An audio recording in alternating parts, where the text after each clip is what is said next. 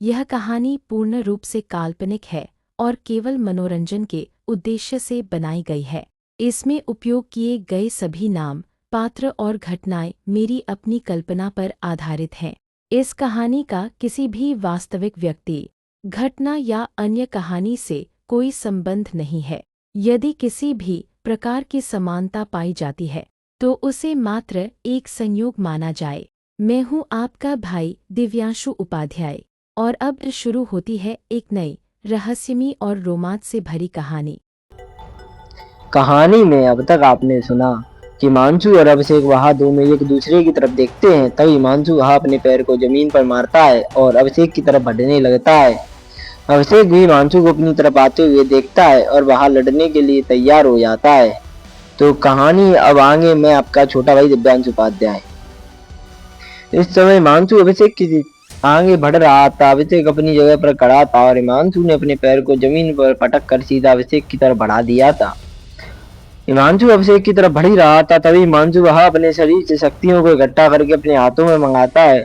जैसे ही हिमांशु यह करता है, उसके सिर के ऊपर बना हुआ वह लाल मोतियान आई उनका शक्ति हीरा वहां चमकने लगता है और उस शक्ति हीरे से शक्तियां सीधा हिमांशु के हाथों में इकट्ठा होने लगती हैं। तभी हिमांशु वह उस शक्ति हीरे को वहां देखता है और चमकते हुए कहता है, 8 सितारे की शक्तियां अलग ही दिख रही हैं। इतना कहने के बाद वह अभिषेक की तरफ बढ़ने लगता है।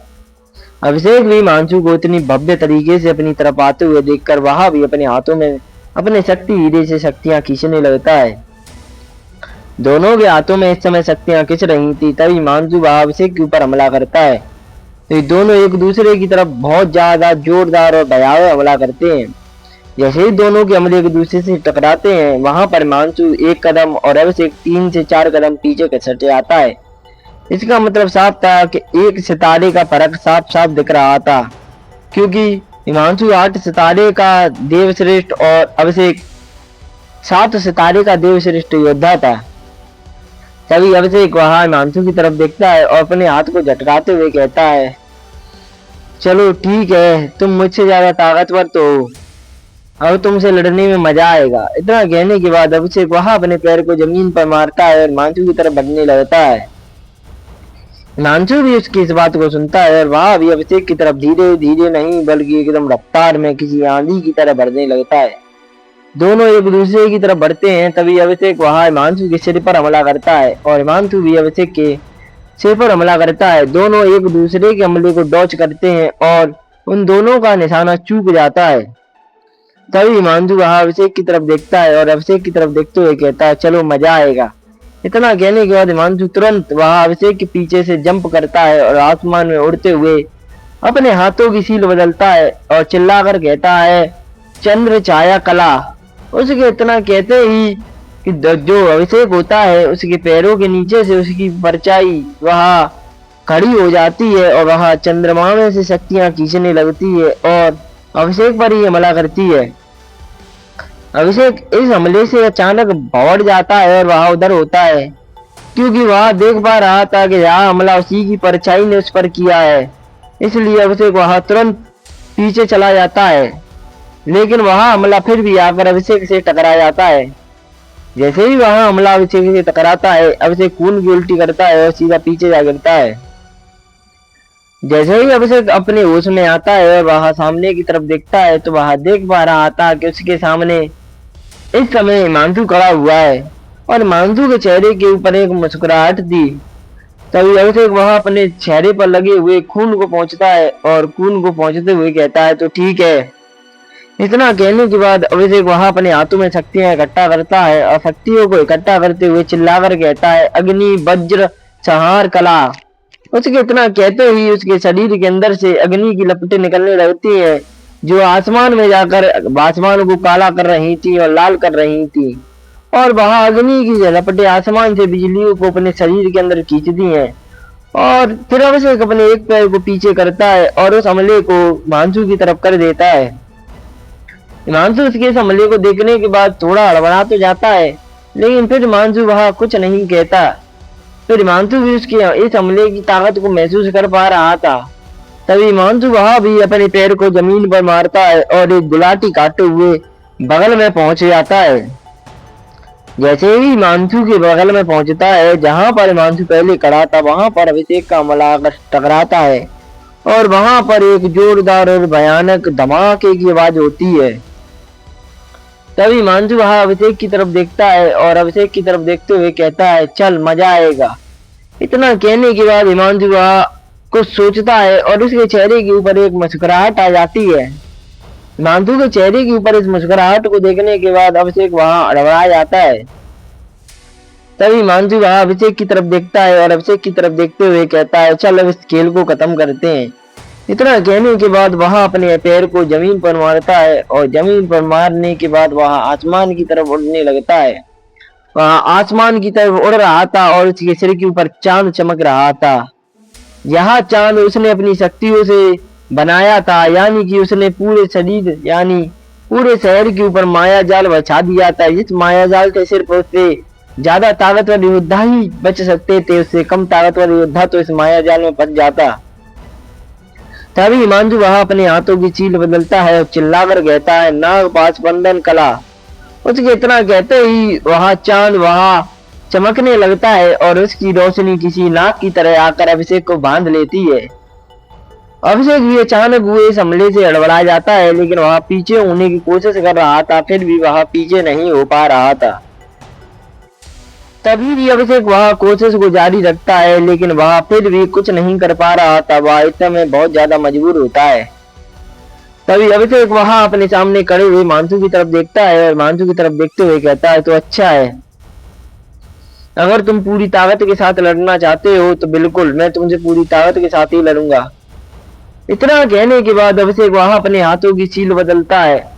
जैसे ही वह सील बदलता है, उसके शरीर के अंदर से वहां उसकी शक्तियों का हीरा वहां जोर जोर से जगमगाने लगता है और जगमगाते जगमगाते उसकी रोशनियां खत्म हो जाती हैं और अभिषेक का चेहरा पीला पड़ जाता है और उसके शरीर के अंदर से शक्तियां किसी भंवर की तरह निकलती हैं और उससे अभिषेक के पीछे शक्तियों का एक बहुत ज्यादा भयानक और खतरनाक भंवर तैयार हो चुका था, जो आसपास की चीजों को निगलने के लिए तैयार था। वहां सभी भंवर आसपास की सारी चीजों को खींचने के लिए तैयार थे। तभी तुरंत अभिषेक के ऊपर लगा हुआ वहां नागपाश वहां तुरंत हट जाता है और अभिषेक तुरंत अपने घुटनों के बल जमीन पर जा गिरता है। जैसे ही अभिषेक अपनी जमीन पर गिरता है, उसके मुंह से खून निकलने लगता है और उसका चेहरा पीला पड़ जाता है। फिर अभिषेक वहां अपने हाथ को जमीन पर रखता है और धीरे धीरे खड़ा होता है। वहां खड़ा होता है तो वहां देखता है कि उसके पीछे शक्तियों का भंवर बनता जा रहा है। फिर अभिषेक वहां अपने हाथों की सील को पूरा करता है और चिल्लाकर कहता है, दहा संहार अमोघ व्रत छाया। उसके इतना कहते ही उसके पीछे का शक्तियों का भंवर वहां एक आकार लेने लगता है और वहां अभिषेक की आत्मा जो कि लाल रंग की थी उसी की जैसी आकार लेने लगता है और वहां अभिषेक की आत्मा की जैसा आकार ले लेता है। इस समय अभिषेक के पीछे दूसरा अभिषेक खड़ा हुआ था, लेकिन यहाँ अभिषेक कोई असली अभिषेक नहीं बल्कि अभिषेक की शक्तियां थी जो उसके शरीर की शक्ति हीरे से निकल कर आई थी। वह शक्तियां एक भव्य और विशाल आकार लिए हुए खड़ी थी। जहां था अभिषेक का अमोघ प्रतिछाया। यह अमोघ प्रतिछाया यानी कि इस दुनिया में एक ऐसा अस्त्र शस्त्र था जो हर योद्धा की आत्मा को जागृत होने के बाद उसे मिलता था, यानी कि इस दुनिया की अमानत थी, जहां उस योद्धा की पूरी शक्तियों से बनता था, यानी कि यहाँ उस योद्धा की आखिरी हमले की उम्मीद मानकर चलो।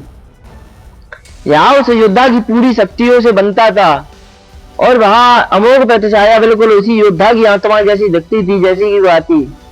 इस समय अभिषेक के पीछे एक लाल कलर का दूसरा अभिषेक जैसा दिखने वाला शक्तियों का बना हुआ एक 20 फुट से ज्यादा बड़ा प्रतिछाया खड़ा हुआ था। वहां था अमोघ प्रतिछाया। उसके सिर के ऊपर एक तीसरी आंख थी और उसके लंबे बाल वहां हवा में लहरा रहे थे और वहां अपने दोनों हाथों को ऊपर पर अपने कमर पर रखे हुए खड़ा हुआ था और वहां सामने की तरफ हिमांशु की तरफ देख रहा था। जैसे ही हिमांशु उसको अपनी तरफ देखते हुए देखता है, हिमांशु हड़बड़ा जाता है और हिमांशु हड़बड़ाते हुए कहता है, अरे ये क्या, इसने अपनी अमोघ प्रतिछाया को बाहर निकाल लिया। हिमांशु भी यह जानता था कि अमोघ प्रतिछाया कोई ऐसी वैसी ताकत नहीं होती, वह एक योद्धा की पूरी शक्तियों से बना हुआ होता है। इस समय अभिषेक के पीछे खड़े हुए उस अमोघ प्रतिछाया से हिमांशु को बहुत ज्यादा दबाव महसूस हो रहा था। हिमांशु भले ही अभिषेक से एक सितारे की ज्यादा दूरी पर था, लेकिन फिर भी अभिषेक की पूरी शक्तियों के प्रहार से वह झुकने पर मजबूर हो गया था। तभी अभिषेक वहां हिमांशु की तरफ देखता है और अपनी शांति भरी आवाज में कहता है, तो युद्ध को आगे करें या फिर तुम अपने अमोघ छाया को बाहर निकाल रहे हो। अभिषेक की बात को सुनने के बाद हिमांशु अपने सिर को हाँ में लाता है, क्योंकि वह जानता था कि वह अपने अमोघ प्रतिछाया को बाहर निकालने बिना जीत नहीं सकता। फिर हिमांशु वह अपने हाथों की छील बदलता है और छील बदलते हुए उसके पीछे एक और प्रतिछाया दिखने लगती है। वहां पर हिमांशु की शक्तियों का हीरा वह जोर से चमकता है और वो सारी शक्तियां निकलते हुए उसके पीछे शक्तियों के एक भंवर में बदल जाती हैं। वह शक्तियों का भंवर घूम रहा था और वह घूमते घूमते एक आकृति लेता है जो कि बिल्कुल हिमांशु जैसी दिख रही थी, और उसके सिर के बीच में भी एक आंख थी। वह अपने सामने खड़े हुए योद्धा यानी अभिषेक की तरफ देखता है और अभिषेक की तरफ देखते हुए वह अपने हाथ की छील को पूरी करता है और पूरी करते हुए चिल्लाकर कहता है, काल ऊर्जा अमोघ प्रतिछाया। उसके इतना कहते ही उसके पीछे दूसरा हिमांशु दिखने लगता है जो कि बिल्कुल हिमांशु जैसा दिख रहा था। वह दोनों इस समय इतने ज्यादा भव्य और शक्तिशाली दिखाई दे रहे थे कि आसपास में दबाव बढ़ा जा रहा था। यहाँ पर दोनों के अमोघ प्रतिछाया वहां बाहर निकल आई थी जो कि उनकी पूरी शक्तियों से बनी हुई थी। तभी हिमांशु वहां अभिषेक की तरफ देखता है और अभिषेक की तरफ देखते हुए कहता है, जैसा कि तूने कहा था कि इस मैच को खत्म करते हैं, तो बिल्कुल। इतना कहने के बाद अभिषेक वहां अपने हाथों से छील बदलता है और चिल्लाकर कहता है, काल चक्र विनाश। उसके इतना कहते ही उसकी पीछे की अमोघ प्रतिछाया वहां शक्तियों को अपने हाथों में इकट्ठा करने लगती है। वह जैसे जैसे शक्तियों को अपने हाथों में इकट्ठा कर रही थी, वहां पूरी शक्तियां इकट्ठा होती हैं और अमोघ प्रतिछाया के माथे के ऊपर बनी हुई तीसरी आंख के अंदर चली जाने लगती है और वह अमोघ प्रतिछाया वह पूरी तरीके से नीचे से ऊपर तक गायब होने लगती है। कुछ ही समय में वह पूरी अमोघ प्रतिछाया वह गायब हो जाती है और वहां पर सिर्फ एक आंख दिखाई देती है जो कि आसमान के बीच में बनी हुई थी। वहीं पर दूसरी तरफ हिमांशु के इस हमले को देखने के बाद उसी के सामने खड़ा हुआ अभिषेक वहां भी अपने हाथ को छील में बदलता है और चिल्लाकर कहता है, वायु तूफान प्रहार कला। उसके इतना कहते ही उसकी अमोघ प्रतिछाया भी सील बनाने लगती है और वहां भी ऊपर से नीचे तक गायब हो जाती है। और इस समय उन दोनों के पीछे एक एक आंख बनी हुई थी जो कि उनके पीछे खड़ी हुई थी। तभी वहां दोनों आंख धीरे धीरे खुलती है और उनके अंदर से एक ऐसी भयावह शक्ति बाहर निकलती है जो कि सामने वाले को मारने के लिए तैयार हो रही थी। अभिषेक की जैसे ही आंख खुलती है वहां से वायु यानी हवा का एक ऐसा भव्य तूफान निकलता है जो कि सभी को तबाह करने की कगार पर बढ़ा जा रहा था। जो भी उस तूफान के सामने आ रहा था वहां उस तूफान उसे निकलता हुआ जा रहा था। वहीं पर हिमांशु की आंख यानी अमोघ प्रतिछाया की आंख के खुलते ही वहां पर पीछे से एक काले कलर का दिखने वाला भयानक चक्र वहां बाहर निकलता है और हवा में चीरते हुए सीधा उस तूफान की तरफ बढ़ने लगता है। जैसे ही दोनों हमले एक दूसरे की तरफ बढ़ने लगते हैं, उनके पीछे बनी हुई वह आंख जिससे वह दोनों हमले बाहर निकले थे वहां तुरंत गायब होने लगती है और हिमांशु और अभिषेक वहां खून की उल्टी करते हुए जमीन पर जा गिरते हैं। फिर वह दोनों हमले एक दूसरे की तरफ बढ़ने लगते हैं और वह चक्र वह तूफान एक दूसरे से जाकर टकराते हैं। वह दोनों एक दूसरे से टकराते हैं तो जैसा कि सभी लोगों को लगा था वहां पर बहुत जोरदार हमला होगा यानी धमाका होगा, ऐसा कुछ नहीं हुआ था, बल्कि वहां तूफान हिमांशु के चक्र को अपने अंदर खींच रहा था। वहीं पर हिमांशु का चक्र तूफान से छूटने की कोशिश कर रहा था। वहां पर वह दोनों एक दूसरे को खत्म करने की कोशिश कर रहे थे। तभी वह चक्र उस तूफान के अंदर जाता है तभी हिमांशु के चेहरे पर एक मुस्कुराहट आती है और वह अपनी आंख को मीचते हुए बस सिर्फ दो शब्द कहता है, हट जाओ। उसके इतना कहते ही वह काल संहार चक्र धड़ाम की आवाज के साथ फट जाता है और जैसे ही वह चक्र फटता है तो मानो वहां पर एक ऐसी तबाही की लहर आती है जो कि आसपास के ऊपर लगे हुए उस प्रोटेक्टिव सील से जा टकराती है। धाम। अगर वह सील वहां पर नहीं लगी होती तो वहां पर बैठे हुए योद्धा वह बहुत ज्यादा बुरी तरीके से घायल हो जाते, जबकि अभिषेक और हिमांशु वहां दोनों वहां पर पड़े हुए थे। उन दोनों से आकर जैसे ही वह शक्तियों की लहर टकराने वाली होती है तभी वहां पर एक व्यक्ति आता है जो कि कोई और नहीं बल्कि धर्मपुरी का वही महाराज था। वह सामने आता है और अपने हाथों में शक्तियां इकट्ठा करते हुए उन दोनों के सामने कवच लगा देता है। जैसे ही वह शक्तियों की धमक उन दोनों के सामने लगे हुए कवच से टकराती है वहां पर एक ऐसा जोरदार धमाका होता है मानो दुनिया तबाह होने के कगार पर पहुंच गई हो और उस कवच के ऊपर ना तो दरार पड़ती है ना वो टूटता है, क्योंकि वह कवच किसी देवश्रेष्ठ योद्धा का नहीं बल्कि देवश्रेष्ठ से ऊपर के योद्धा का था। तभी वहां दोनों तुरंत गैरस होने लगते हैं, लेकिन वहां पर हिमांशु वहां कुछ समय तक बचा रहता है और अभिषेक तुरंत गैरस हो जाता है, क्योंकि इस समय अभिषेक की शक्तियों का हीरा वहां पूरी तरीके से चमकना बंद हो चुका था। इसका मतलब साफ था कि अभिषेक की सारी शक्तियां खत्म हो चुकी हैं। यहाँ पर हुआ यह था कि इस शक्तियों में सिर्फ एक सितारे का फासला होने के कारण हिमांशु वहां अभी तक आंख खोले हुए खड़ा था। जैसे ही अभिषेक गैरस होता है तुरंत हिमांशु भी गैरस होने लगता है और वहां भी तुरंत बेहोश हो जाता है। फिर वहां महाराज तुरंत उन दोनों के पास जाता है और अपने सैनिकों से इशारा करता है। वहां सैनिक तुरंत इस दुनिया के मतलब वहां दोनों सैनिक तुरंत वहां पर आते हैं और उन दोनों को योद्धाओं को लेकर वहां से चले जाते हैं। उन दोनों के जाने के बाद वहां देखता है महाराज कि वहां पूरा का पूरा मैदान तबाही हो गई है। उस मैदान में दरारें पड़ने लगती हैं, क्योंकि इस महाराज ने सोचा नहीं था कि वहां दोनों अपनी अमोघ प्रतिछाया को निकाल लेंगे। भाई कहानी को शुरू करने से पहले आपको मैं अमोघ प्रतिछाया के बारे में समझा दूं यहाँ क्या बला है, जिससे आप लोगों को कहानी समझ में आई। इस दुनिया यानी यथार्थ में 108 अमोघ प्रतिछायाएं होती हैं। यहाँ अमोघ प्रतिछाया जो होती है वह इंसान यानी जो योद्धा होता है उसके शरीर के अंदर से उसकी शक्तियों से बनी हुई होती हैं। यहाँ पर जो योद्धा इतना ज्यादा ताकतवर होगा उसी के शरीर के अंदर छुपी हुई वहां अमोघ प्रतिछाया भी उतनी ज्यादा ताकतवर ही होगी। इसका मतलब साफ है कि वह इंसान जितना ज्यादा ताकतवर होगा उसकी अमोघ प्रतिछाया उतनी ही ज्यादा ताकतवर होगी। यहाँ अमोघ प्रतिछाया इंसान की पूरी शक्तियों से बनती है जो कि वह उस इंसान के शरीर के अंदर होती है। इस दुनिया में 7 सबसे ज्यादा बहुत ज्यादा ताकतवर अमोघ प्रतिछाया है, जबकि उन 7 के अलावा 108 टोटल इस दुनिया में अमोघ प्रतिछाया है। इस दुनिया में 7 परम शक्ति और 108 अमोघ प्रतिछाया है।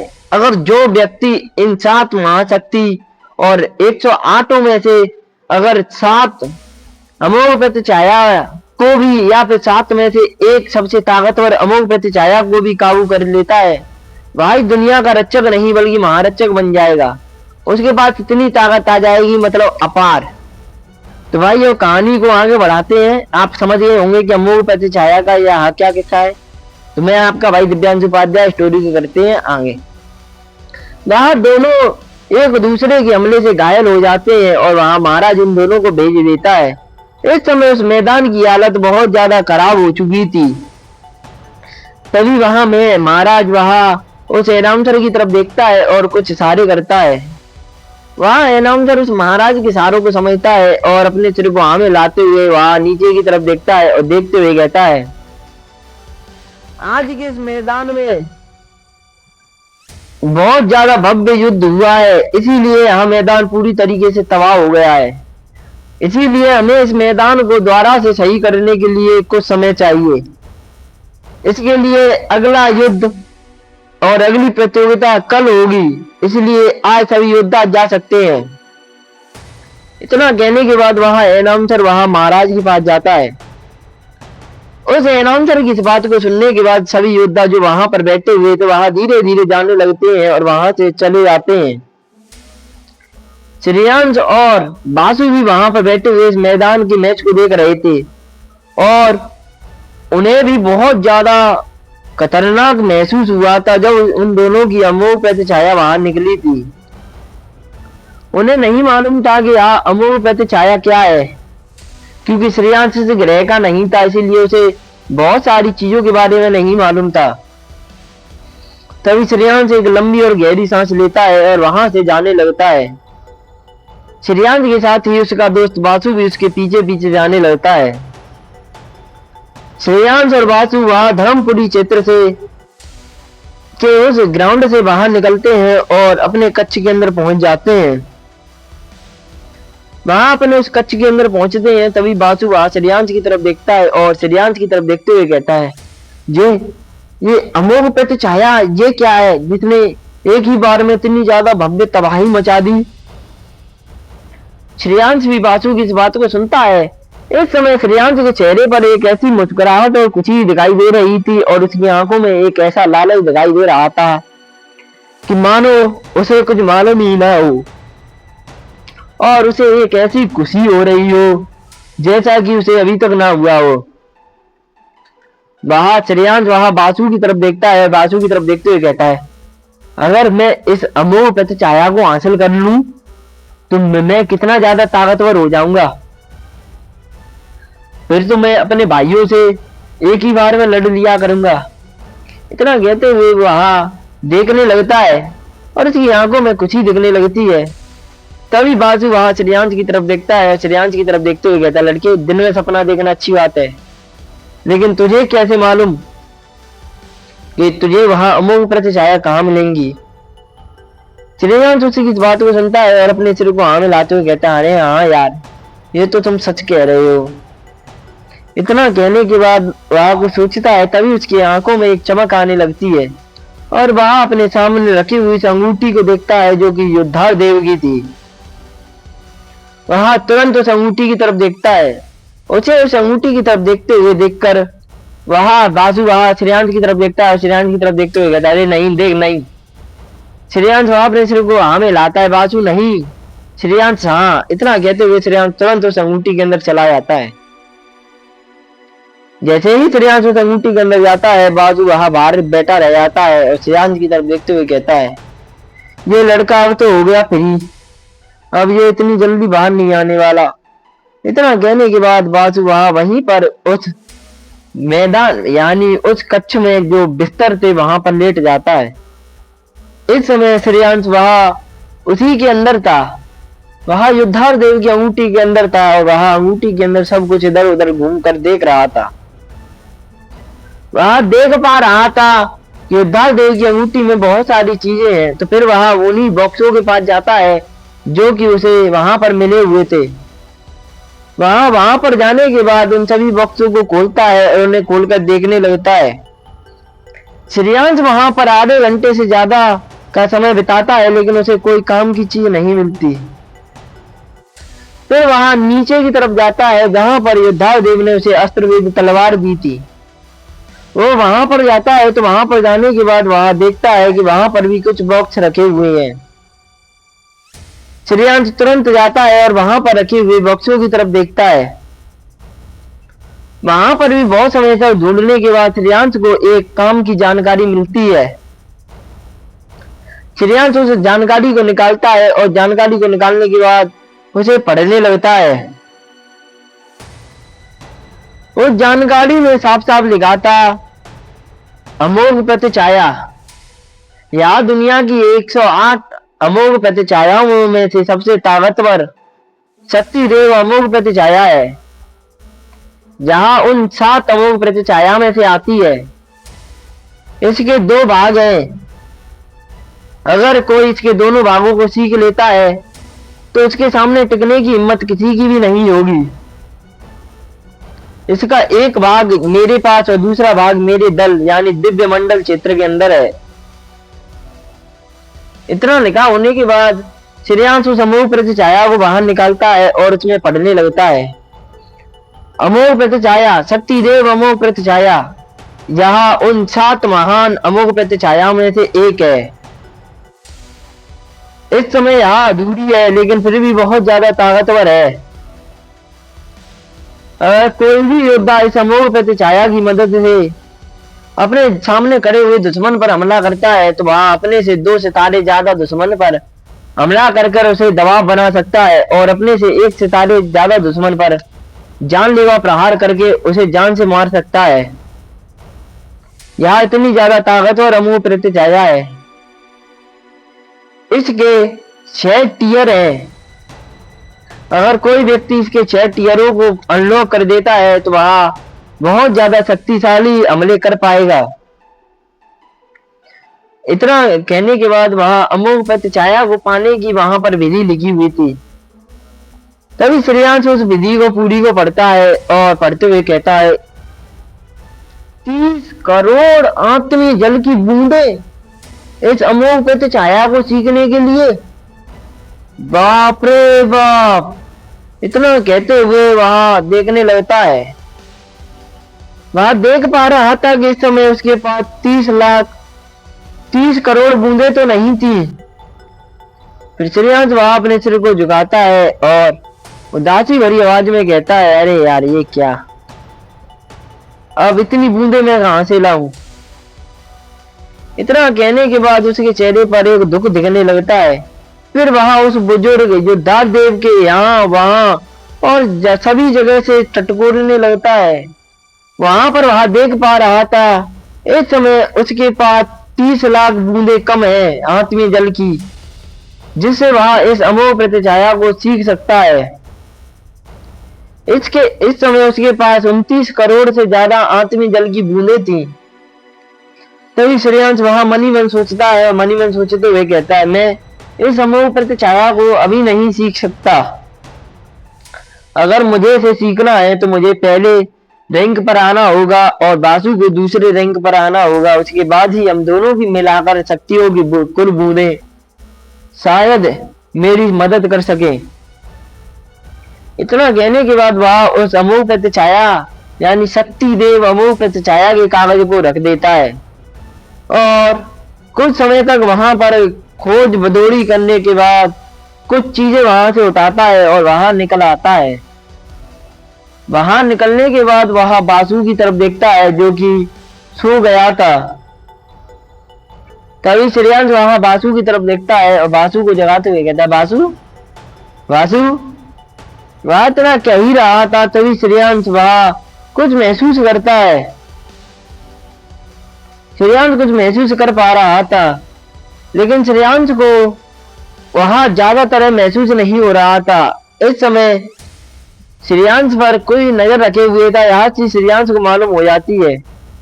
फिर श्रेयांश वहां सामने की तरफ बढ़ने लगता है। श्रेयांश के वहां से जाने के बाद वहां पर एक हवा की धुंधलाहट चढ़ती है। वहां पर एक व्यक्ति दिखने लगता है।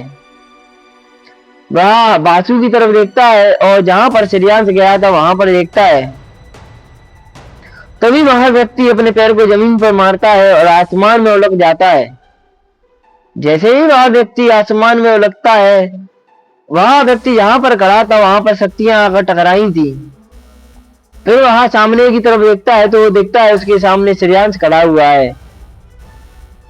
तो श्रेयांश उसकी तरफ देखते हुए कहता है, अरे कौन हो तुम नकाबपोश जो यहाँ पर आए हो और हम पर नजर रखने की वजह क्या है। इतना कहने के बाद श्रेयांश वहां उस व्यक्ति की तरफ देखता है। श्रेयांश इस बात को सुनने के बाद वह व्यक्ति वहां से जाने लगता है। तभी श्रेयांश तुरंत अपने हाथों की सील बदलता है और चिल्लाकर कहता है, त्रिविक्रम। श्रेयांश के इतना कहते ही और उसके हाथ की सीला पूर्ण होते ही श्रेयांश अपना एक कदम आगे बढ़ाता है। जैसे ही श्रेयांश अपना एक कदम आगे बढ़ाता है वह तुरंत अपनी जगह से टेलीपोर्ट होता है और उसी व्यक्ति के सामने जाकर खड़ा होता है। फिर श्रेयांश तुरंत उस व्यक्ति के हाथों पकड़ता है। वह व्यक्ति श्रेयांश को धक्का देता है। श्रेयांश उस व्यक्ति को लेकर तुरंत जमीन पर गिरता है। इस समय वह व्यक्ति नीचे और श्रेयांश उसके ऊपर था। तभी श्रेयांश वह अपने हाथों से उस व्यक्ति के चेहरे के ऊपर से उस मास्क को उठाता है और उस चेहरे को देखने के बाद श्रेयांश वहां भौचक्का रह जाता है और वह उस व्यक्ति के चेहरे को देखते हुए पहचान कर कहता है, अरे तुम। वह व्यक्ति कोई व्यक्ति नहीं बल्कि वह एक लड़की थी। तभी श्रेयांश उस लड़की की तरफ देखता है, उस लड़की की तरफ देखते हुए कहता है, अरे सिया, तुम। जहाँ वही सिया थी जो श्रेयांश को उस दिन उस गुफा में मिली थी और श्रेयांश और उसके बीच इतना सोचते हुए श्रेयांश वहां उस लड़की के ऊपर ही लेटा रहता है। वह लड़की श्रेयांश को अपने ऊपर लेटा हुआ देखती है और वह श्रेयांश को धक्का मार देती है और वह अपनी जगह पर खड़ा होते हुए श्रेयांश से कहती है, अरे वाह लड़के, तुमने तो शक्ति समर्थ रैंक हासिल कर ली।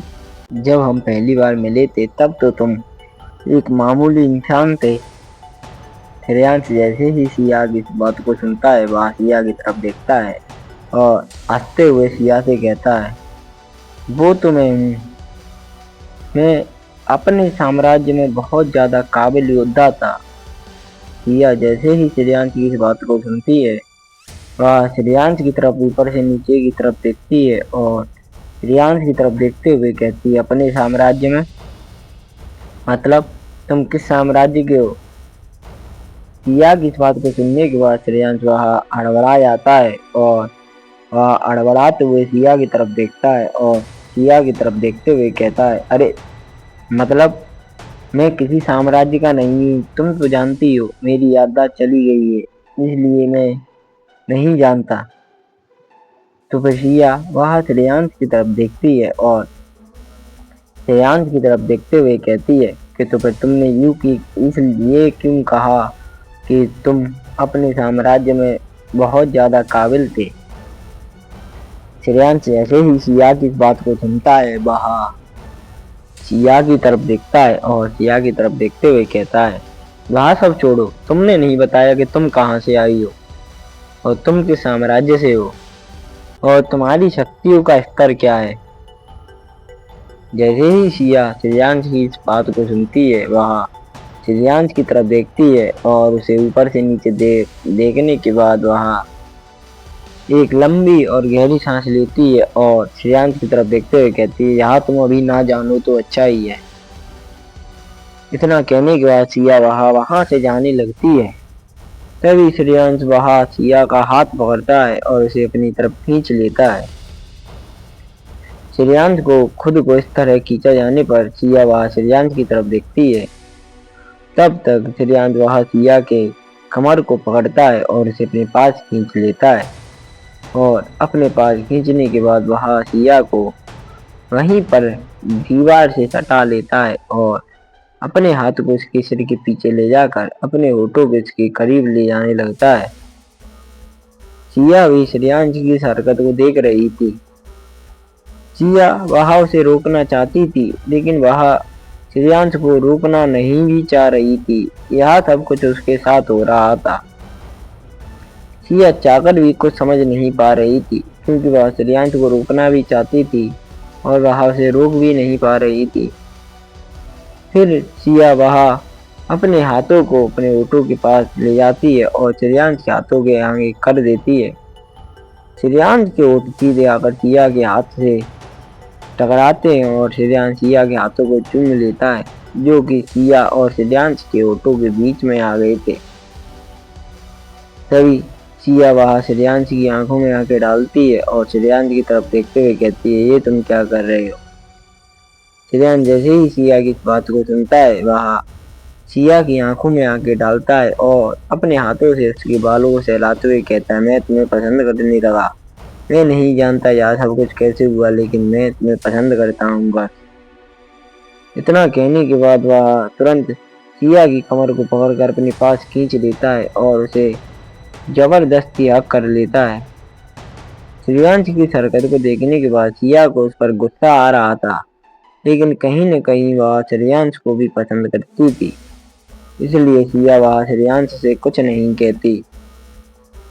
तभी श्रेयांश वहां फिर से अपने होठों को सिया के करीब ले जाने लगता है लेकिन इस बार सिया उसे नहीं रोकती।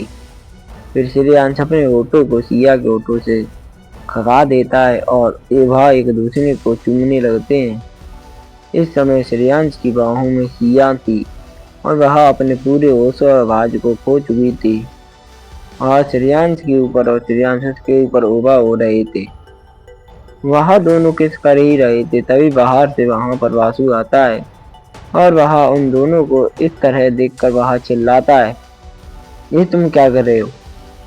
वासु की इस बात को सुनने के बाद श्रेयांश वह तुरंत वासु की तरफ देखता है।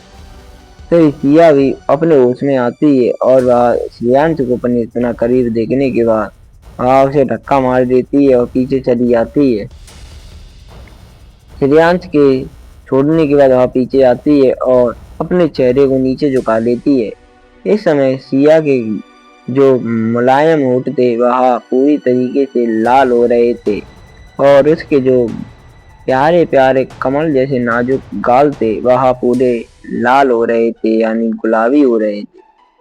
सिया वह अपने सिर को नीचे झुकाए हुए थी और उसके चेहरे पर शर्म और लाज साफ साफ दिखाई दे रही थी। तभी श्रेयांश वहां बासु की तरफ देखता है और बासु की तरफ देखते हुए कहता है, तुम कबाब में हड्डी की तरह चाहे जहां पर टपक जाते हो। तुम्हें इतना सभ्यता नहीं है कि किसी के कक्ष के अंदर आने पर दरवाजे को खटखटाया जाता है। श्रेयांश की इस बात को सुनने के बाद बासु श्रेयांश की तरफ देखता है और श्रेयांश की तरफ देखते हुए कहता है, ओ किसी और के कक्ष को, ये मेरा भी कक्ष है, इसलिए मैं इसे बिल्कुल नहीं खटखटाऊंगा। श्रेयांश जैसे ही बासु की इस बात को सुनता है वह अपने सिर को खुजाने लगता है। वह भूल ही गया था कि वह इस समय यथार्थ पर है, इसलिए वह अपने महल के अंदर नहीं बल्कि किसी और साम्राज्य के एक छोटे से कक्ष के अंदर है। तभी श्रेयांश वह बासु की तरफ देखता है और बासु की तरफ देखते हुए कहता है, तुम्हें जो करना है वो करो। इतना कहने के बाद उसकी नजरें सिया की तरफ जाती हैं और वह सिया की तरफ देखते हुए कहता है, सिया तुम किस साम्राज्य से आती हो? सिया श्रेयांश की इस बात को सुनती है और वह श्रेयांश की तरफ देखकर हंसते हुए कहती है, क्यों तुम्हें इतनी जल्दी है मरने की? श्रेयांश सिया की इस बात को सुनता है, तभी वह सिया की तरफ देखते हुए कहता, मरने की मैं कुछ समझा नहीं। तभी सिया श्रेयांश की तरफ देखती है और श्रेयांश की तरफ देखते हुए कहती है, मैं यथार्थ के पश्चिमी भाग से आई हूँ, क्या तुम जाना चाहोगे? श्रेयांश जैसे ही सिया के मुंह से उस बात को सुनता है उसके पैरों के नीचे से जमीन तक खिसक जाती है, क्योंकि उसे योद्धा देव ने साफ साफ मना किया था कि वह यथार्थ के बीच के से और उसके पश्चिमी भाग से तो दूर ही रहे, क्योंकि पश्चिमी भाग में महान 5 दलों का राज था, जिनमें से एक महान दल सिया का दिव्य मंडल था और दूसरा कालांतर क्षेत्र था और उसके अलावा 3 महान दल और थे। श्रेयांश जैसे ही सिया की इस बात को सुनता है वह अड़बड़ा जाता है और अड़बड़ाते हुए कहता है, क्या तो तुम पश्चिमी भाग में रहती हो? इसका मतलब साफ है कि तुम किसी बड़े दल से आती हो। सिया जैसे ही श्रेयांश की इस अड़बड़ाहट को देखती है उसके चेहरे के ऊपर एक मुस्कुराहट आ जाती है। फिर वह धीरे धीरे श्रेयांश के पास आती है और श्रेयांश के पास आने के बाद वह उसके सीने के ऊपर उंगली रखती है और श्रेयांश के बालों को अपने दूसरे हाथ से संभालते हुए कहती है, तो मैंने कहा था मुझसे दूर रहो, पर तुम्हें भी तो प्यार करने में मजा आता है। जब तुमने मुझसे प्यार किया है तो भुगतो, क्यों अब डर लग रहा है? इतना कहकर सिया वह श्रेयांश की आंखों में आंखें डालती है और हंसने लगती है। फिर वह हंसते हुए वहां से जाने लगती है। श्रेयांश तुरंत उसे हाथों से पकड़ता है और उसे अपनी तरफ खींच लेता है।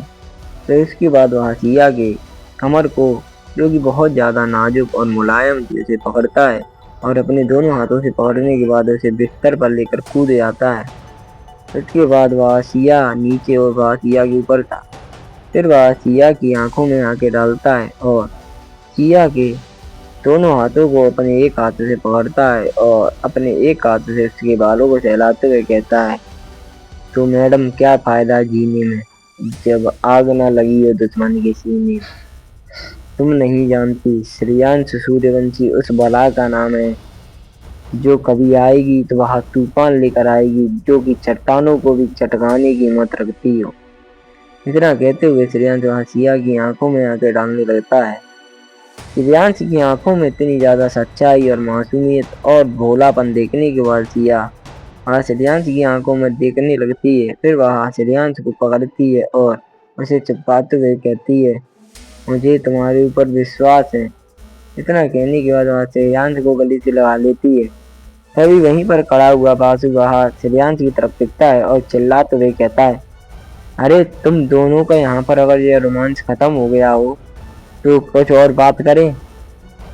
बासु की इस बात को सुनने के बाद श्रेयांश वह बासु की तरफ देखता है और अपने दांतों को पीसते हुए कहता है, ये जब से मेरी जिंदगी में आया है तूफान ही तूफान मचा दिया है, जाने क्यों नागेंद्र काका ने इसे मेरे साथ भेजा। इतना कहने के बाद वह बासु की तरफ देखता है और बासु की तरफ देखते हुए कहता है, क्या क्या है, क्यों चिल्ला रहा है। बासु जैसे ही श्रेयांश की इस बात को सुनता है वह वहीं पर बैठता है और बैठते हुए कहता है, क्यों चिल्ला रहा है, कल तुम्हारा किसी लड़के के साथ मैच है और तुम्हें मालूम है उस लड़के का नाम दिगांतर है। तभी श्रेयांश वह उस बासु की तरफ देखता है और बासु की तरफ देखते हुए कहता है, तो तभी बासु वह श्रेयांश की तरफ देखता है और श्रेयांश की तरफ देखते हुए कहता है, यह दिगांतर धर्मपुरी के महाराज के 3 सबसे ताकतवर सेनापतियों में से एक है। यह भी दूसरे सितारे का शक्ति समर्थ है। जैसे ही श्रेयांश उसकी इस बात को सुनता है वह अड़बड़ा जाता है और अड़बड़ाते हुए कहता है, ये कैसे हो सकता है, लेकिन मुझे तो मालूम हुआ था कि महाराज के पास सिर्फ एक ही लड़का है जो कि शक्ति समर्थ के तीसरे सितारे पर है। तभी श्रेयांश की बात को सुनने के बाद बासु वह श्रेयांश की तरफ देखता है और श्रेयांश की तरफ देखते हुए कहता है, हाँ वो बात तो सत्य थी, लेकिन महाराज ने अपने वारिसों में से एक को हटाकर इसको दिगांतर को ले लिया है। कहा जाता है यह दिगांतर बहुत ज्यादा बेरहम और क्रूर शासक है और इसकी काबिलियत बहुत ज्यादा है। और यह भी कहा जाता है कि दिगांतर को अगर अच्छी परवरिश और अच्छी खान पान और सब कुछ दिया गया तो वह इस यथार्थ का रक्षक बनने की ताकत रखता है।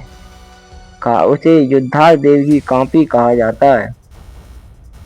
श्रेयांश जैसे ही बासु की इस बात को सुनता है वह अपने सिर को जैसे कि एक टेंशन में ला रहा हो वैसे हिलाता है। तभी इसके बगल में बैठी हुई श्रिया वह बासु की तरफ देखती है और बासु की तरफ देखते हुए कहती है ये योद्धा देव की कांपी यह पिताजी के पैरों की धूल के बराबर भी नहीं है। अगर मेरे पिताजी चाहें तो इसे देख कर ही तबाह करने की ताकत रखते हैं। सिया की इस बात को सुनने के बाद श्रेयांश और बासु वह दोनों सिया को देखने लगते हैं। उन दोनों की नज़र अपने ऊपर होता हुआ देखकर सिया वह अपने थूक को गटक जाती है और वह उन दोनों की तरफ देखने लगती है। तभी श्रेयांश वह सिया की तरफ देखता है और सिया की तरफ देखते हुए कहता है, तुम यथार्थ के रक्षक योद्धा देव की बेटी हो। सिया जैसे ही उसकी इस बात को सुनती है वह श्रेयांश की तरफ देखती है। तभी श्रेयांश वह अड़बड़ाहट में और जल्दबाजी में सिया की तरफ देखते हुए कहता है, तो इसका मतलब यह है कि शक्ति देव अमोघ प्रतिछाया का दूसरा भाग तुम्हारे पास ही होगा। जैसे ही वह इस बात को कहता है सिया जो अभी तक शांत बैठी थी उसके चेहरे के ऊपर एक मुस्कुराहट आती है और वह तुरंत श्रेयांश की तरफ देखती है और श्रेयांश की तरफ देखते हुए कहती है, तुम्हें कैसे मालूम कि 108 सब अमोघ प्रतिछायाओं में से सबसे ताकतवर यानी कि मेरे पिताजी की सबसे ताकतवर शक्ति देव अमोघ प्रतिछाया का दूसरा हिस्सा मेरे पास है। इसका मतलब क्या पहला हिस्सा तुम्हारे पास है। इतना कहने के बाद सिया वह श्रेयांश की तरफ देखने लगती है। श्रेयांश वह सिया की इस बात को सुनता है और खुद ही में बड़बड़ाते हुए कहता है, अरे बेटे श्रेयांश तू खुद फंस गया ना, अब इसको जानने के चक्कर में यह तू खुद ना अपने राजू को बता देना। इतना कहने के बाद श्रेयांश वह सिया की तरफ देखता है और सिया की तरफ देखते हुए कहता है, देखो मेरे को जो ये सब कुछ जानकारी मिली है श्रेयांश इस बात को बहुत हड़बड़ाकर कहता है। तभी सिया वहां श्रेयांश की तरफ देखती है और श्रेयांश की तरफ देखते हुए कहती है, झूठ मत बोलो। मेरे पिताजी की यह शक्ति देव अमोघ प्रतिछाया यहाँ किसी ऐरे गहरे को चुन ही नहीं सकती। तुम मुझसे झूठ बोल रहे हो। श्रेयांश जैसे ही सिया की इस बात को सुनता है वह हड़बड़ा जाता है। तभी सिया वह श्रेयांश के पास आती है और श्रेयांश के करीब आने के बाद उसके हाथों को अपने सिर के ऊपर रखती है और श्रेयांश की आंखों में आंखें डालकर कहती है, तुम्हें मेरी कसम है, सच सच बताओ। श्रेयांश वह सिया की इस बात को सुनता है और सिया की इस बात को सुनने के बाद वह एक लंबी और गहरी सांस लेता है और इसके बाद वह सिया को पूरी बात बताने लगता है। वह अपने बारे में सब कुछ बता देता है कि वह यथार्थ का नहीं बल्कि वो सब कुछ बताता है जो उसे मालूम था और जो कुछ उसके पिता के साथ हुआ था। सिया जैसे ही उसकी इस बात को सुनती है वह हड़बड़ा जाती है और श्रेयांश की तरफ देखने लगती है। तभी श्रेयांश उसके साथ हुआ जो अंगूठी में हुआ था वह भी सिया को बता देता है। तभी सिया वह श्रेयांश की तरफ देखती है और अपनी तलवार को श्रेयांश के सीने के ऊपर रखते हुए कहती है, तुम गद्दार हो और तुम यथार्थ के नहीं हो और तुम लोगों की वजह से ही मैंने अपने पिता को खोया। इतना कहते हुए सिया वह श्रेयांश के सीने के ऊपर अपनी तलवार को रख देती है। सिया की इस बेरुखी और इस नफरत को देखने के बाद श्रेयांश वह धीरे धीरे आगे बढ़ता है। श्रेयांश जैसे जैसे अपने कदम आगे बढ़ा रहा था सिया वह पीछे पीछे जा रही थी। सिया पीछे जाते हुए एक दीवार से जाकर टकराती है और उसकी तलवार श्रेयांश के सीने के पास ही रहती है। श्रेयांश जैसे ही एक कदम आगे बढ़ाता है उस तलवार का नुक वह श्रेयांश के सीने के आर पार हो जाता है। तभी श्रेयांश वह दूसरा कदम बढ़ाने को होता है। तभी सिया वह श्रेयांश की तरफ देखती है और श्रेयांश की तरफ देखते हुए कहती है, देखो मैं मजाक नहीं कर रही, तुम्हारा सीना छल्ली हो जाएगा। इतना कहने के बाद वह श्रेयांश की तरफ देखती है। श्रेयांश जैसे ही सिया की इस बात को सुनता है वह सिया की आंखों में आंखें डालकर कहता है, जब तुम्हें मुझ पर विश्वास ही नहीं तो क्या फायदा जीने का। इतना कहने के बाद वह अपने दूसरे कदम को आगे बढ़ाता है। तभी सिया उसके हाथ कांपने लगते हैं और वह अपनी तलवार को तुरंत पीछे खींच देती है। श्रेयांश आ की आवाज के साथ वह वहीं पर आगे जाने लगता है और उसके सीने के अंदर से थोड़ा थोड़ा खून बह रहा था जिसने उसके कपड़ों को लाल कर दिया था। तभी श्रेयांश धीरे धीरे सिया के पास जाता है और उसके गालों पर हाथ रखते हुए उसकी आंखों में आंखें डालता है और आंखों में आंखें डालने के बाद कहता है, देखो मैं यहाँ पर अपने पिता को ढूंढने के लिए आया हूँ, इसलिए मेरी यहाँ पर सारी शक्तियाँ चली गई हैं।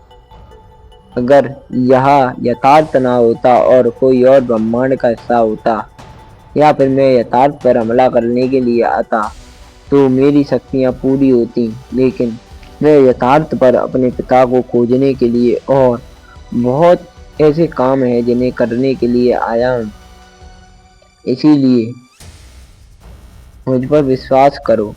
श्रेयांश इतना सिया से कहता है और वह सिया की आंखों में आंखें डालकर यह बात कहता है। श्रेयांश की इस बात को सुनने के बाद सिया की आंखों से आंसू बहने लगती है और वह रोने लगती है। तभी बासु वह श्रेयांश के पास आता है। श्रेयांश के कंधे के ऊपर हाथ रखते हुए अपने सिर को आमे हिलाता है।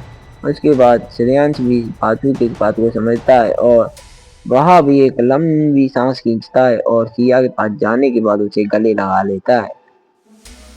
सिया इस समय श्रेयांश के गले से लगकर रो रही थी। तभी बासु वह उस कक्ष से बाहर चला जाता है।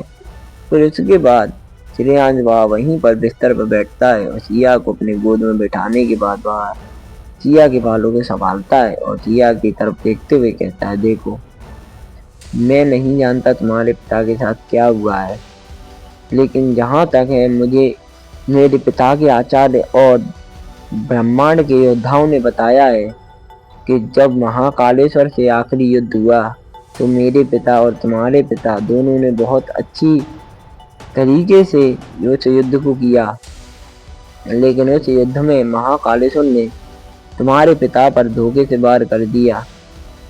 पर उसके बदले मेरे पिता ने भी महाकालेश्वर पर प्रहार किया, जिससे महाकालेश्वर का तो अंत हुआ, लेकिन अंत होते होते ही महाकालेश्वर और योद्धार देव और मेरे पिता वहाँ तीनों लापता हो गए। महाकालेश्वर को तो मार दिया गया, लेकिन मेरे पिता और तुम्हारे पिता के बारे में कुछ जानकारी नहीं है। जहाँ तक मुझे बताया गया है उस हिसाब से सिर्फ इतना मालूम है कि तुम्हारे पिता उनकी उस युद्ध में मौत हो गई और मेरे पिता को वहीं किसी अलग क्षेत्र और ग्रह पर कैद कर रखा है और मैं उस ग्रह पर नहीं जा सकता क्योंकि वह ग्रह प्लूटो के पास है।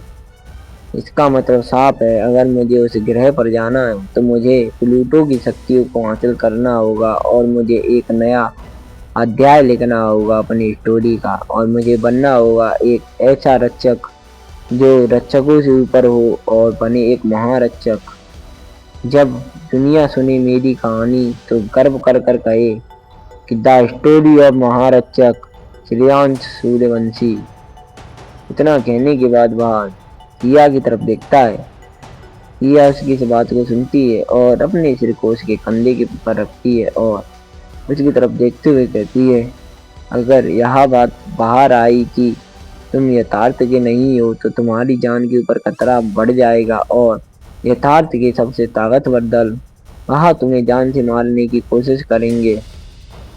इस समय कालजय उसने भी अपने सेनापतियों को तुम्हारी उन शक्तियों से महसूस होने वाले दबाव के कारण ढूंढने के लिए लगा दिया था। श्रेयांश वह समझ जाता है कि जब उसने अपने सबसे ताकतवर अस्त्र यानी सुदर्शन चक्र का हमला किया था, सुदर्शन चक्र के प्रहार से आसपास के क्षेत्रों में जितने भी ताकतवर लोग थे उन्होंने उस सुदर्शन चक्र की बहुत ज्यादा तबाही मचाने वाली ताकत को महसूस किया था।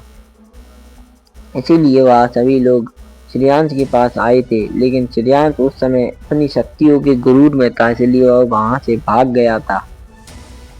तभी श्रेयांश वहां सिया के सिर को सहलाता है और सिया की आंखों में आंखें डालते हुए कहता है, तुम मुझ पर सिर्फ विश्वास करो, मैं हर उस आंधी का सामना करूंगा जो मुझे पीछे करने के लिए आएगी। इतना कहने के बाद वह सिया की आंखों में आंखें डालता है। सिया भी श्रेयांश की इस बात को सुनती है और वह दोनों एक दूसरे के बेहद करीब आ जाते हैं और इस समय श्रेयांश नीचे और सिया उसके ऊपर सो रही थी।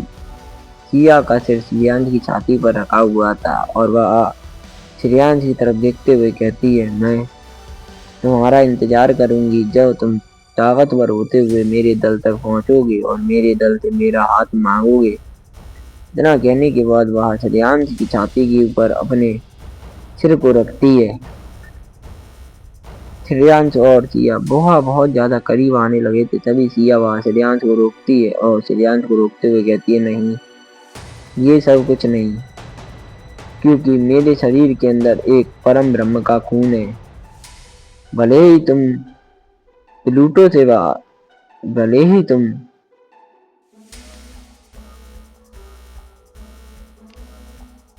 तुम यथार्थ से बाहर सबसे सर्वशक्तिशाली हो, लेकिन अभी तुम शक्तिशाली नहीं हो। इसका मतलब साफ है कि तुम्हारी जो शक्तियां हैं वह दबी हुई हैं और तुम्हारा खून भी अब वह पवित्र नहीं रहा, और अगर तुम्हारा और मेरा मिलन हुआ तो नहीं। इतना कहते हुए सिया वह श्रेयांश की तरफ देखती है। श्रेयांश भी सिया की इस बात को सुनता है, लेकिन वह सिया को नीचे करता है और उसके ऊपर आने के बाद उसकी आंखों में आंखें डालता है और अपने होठों को सिया के होठों के पास ले आता है और उसे चूमते हुए कहता है, तुम्हें लगता है। इतना कहने के बाद वह सिया के करीब आने लगता है। सिया उसे रोकना तो चाह रही थी पर वह उसे रोक भी नहीं पा रही थी। तभी श्रेयांश की इस बेरुखी को देखने पर सिया वह अपनी आंखों को नीचे लेती है। श्रेयांश भी जानता था इस समय सिया की कितनी मजबूरी है। फिर वह सिया की आंखों में आके डालता है और हंसते हुए कहता है, चल पागल, तुझे क्या लगा कि तू नहीं चाहेगी तो मैं तुझे छूंगा भी?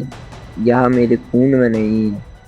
इतना कहने के बाद वह हंसता है और सिया के बगल में लेट जाता है। सिया इतने अच्छे मौके को अपने हाथों से जाता हुआ छोड़ता हुआ देखकर श्रेयांश को वह श्रेयांश की तरफ देखती है और श्रेयांश के लिए उसके दिल में जो जगह थी उसमें बहुत ज्यादा प्यार आने लगता है और वह श्रेयांश की तरफ देखते हुए कहती है, मुझसे वादा करो कि तुम मेरे दल में आकर मेरा हाथ मांगोगे।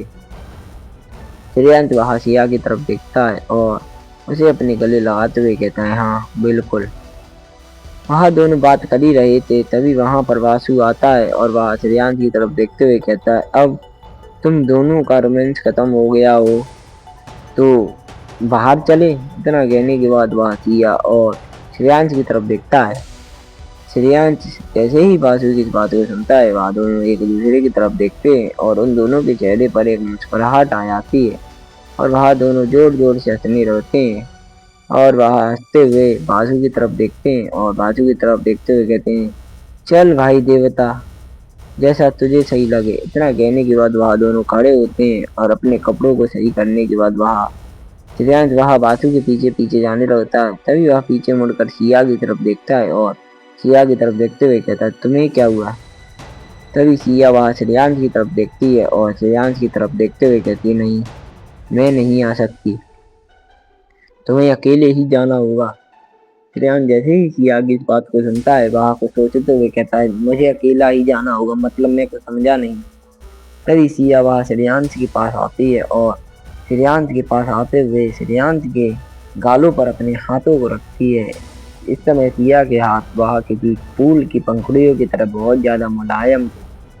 तभी वह श्रेयांश की आंखों में आंखें डालती है और श्रेयांश की आंखों में आंखें डालते हुए कहती है, मैं तुम्हारे साथ नहीं आ सकती, क्योंकि अगर धर्मपुरी में किसी ने भी मुझे पहचान लिया तो तुम्हारे लिए समस्या बहुत ज़्यादा बढ़ जाएगी और मैं यहाँ नहीं चाहती। इतना कहने के बाद वह वहाँ पर ही खड़ी हो जाती है और अपने पैर को ज़मीन पर मारती है।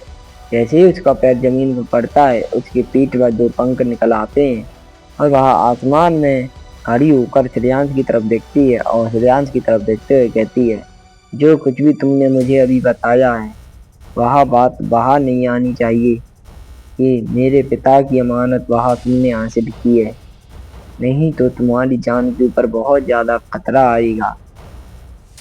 श्रेयांश वह सिया की इस बात को सुनता है और वह समझ पा रहा था कि इस समय सिया को उसकी बहुत ज़्यादा फिक्र थी। तभी श्रेयांश वह सिया की तरफ देखता है और सिया की तरफ देखते हुए कहता है, ठीक है, जैसा तुम्हें ठीक लगे वैसा ही सही। मैं वादा करता हूँ कि यह बात कभी भी किसी के सामने नहीं आएगी कि योद्धार देव की अमानत मेरे पास है। इतना कहने के बाद वह सिया की तरफ देखता है। सिया वह श्रेयांश की तरफ देखती है और वहां से जाने लगती है। फिर जाने से पहले वह श्रेयांश की तरफ देखती है और वहां पर एक स्क्रॉल फेंकती है। वह स्क्रॉल श्रेयांश लेता है। तभी सिया वह स्क्रॉल को श्रेयांश को देते हुए कहती है, तुमने मुझसे कहा था ना कि तुम्हें एक उड़ने वाली कला की जरूरत है। यहाँ एक उड़ने वाली कला है, तुम इसे सीख लो, जिससे तुम शक्तियों की पंखों की तरह तो नहीं, लेकिन उड़ने लगोगे। इतना कहने के बाद सिया वह श्रेयांश की तरफ देखती है और मुस्कुराहट के साथ वहां से चली जाती है। श्रेयांश वह सिया को जाता हुआ देखता है और फिर अपने हाथ में पकड़े हुए उस स्क्रॉल को देखता है और उस स्क्रॉल को देखते हुए एक लंबी और गहरी सांस लेता है। उसके बाद उसके चेहरे पर एक मुस्कुराहट आती है और वह खुद में ही बड़बड़ाते हुए कहता है, आखिरकार मुझे एक उड़ने वाली कला मिल ही गई। इतना कहने के बाद वह सामने की तरफ देखता है और इस स्क्रॉल को आगे करता है। लेकिन जैसे ही वह उस स्क्रॉल को आगे करता है तो एक हाथ आकर सीधा उस पर झपट्टा मारता है और इस स्क्रॉल को छीन लेता है। श्रेयांश तुरंत हड़बड़ाते हुए उस हाथ की तरफ देखता है तो उसे मालूम होता है कि यह हाथ किसी और का नहीं बल्कि बासु का है। तभी बासु भी श्रेयांश की तरफ देखता है और श्रेयांश की तरफ देखते हुए कहता है, नहीं, मुझे भी तोड़ने वाली कला चाहिए, मैं भी यहाँ पर जमीन पर चल चल कर परेशान हो गया हूँ। इतना कहने के बाद वह दोनों एक दूसरे से लड़ने लगते हैं। तभी श्रेयांश वह बासु की तरफ देखता है और बासु की तरफ देखते हुए कहता, देखो, बासु से मुझे तो बचना। इतना कहने के बाद वह बासु की तरफ धमकी देने लगता है। श्रेयांश की इस धमकी को सुनने के बाद बासु वह श्रेयांश की तरफ देखता है और उधर जीभ बराने लगता है। जैसे ही बासु श्रेयांश को जीभ बराता है, श्रेयांश उसका चेहरा गुस्से से लाल हो जाता है और वह बासु के पीछे भागने लगता है। इस समय बासु आगे आगे और श्रेयांश उसके पीछे पीछे भाग रहा था।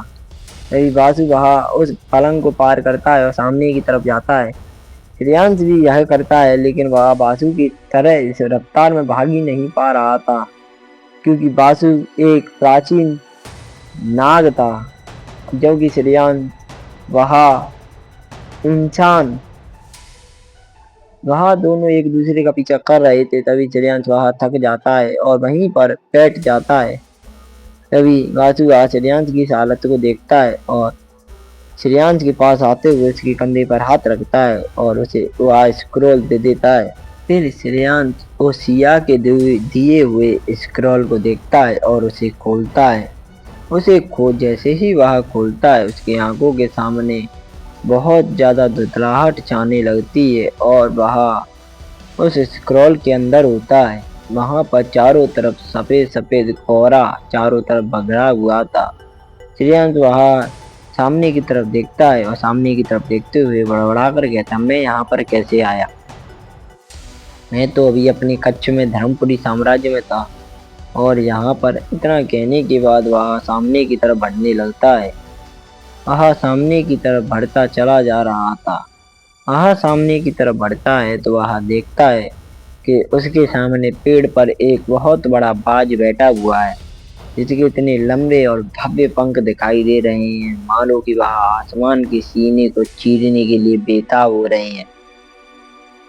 तभी वह अपनी नजर श्रेयांश की तरफ करता है और एक लंबी जलांग लगाता है।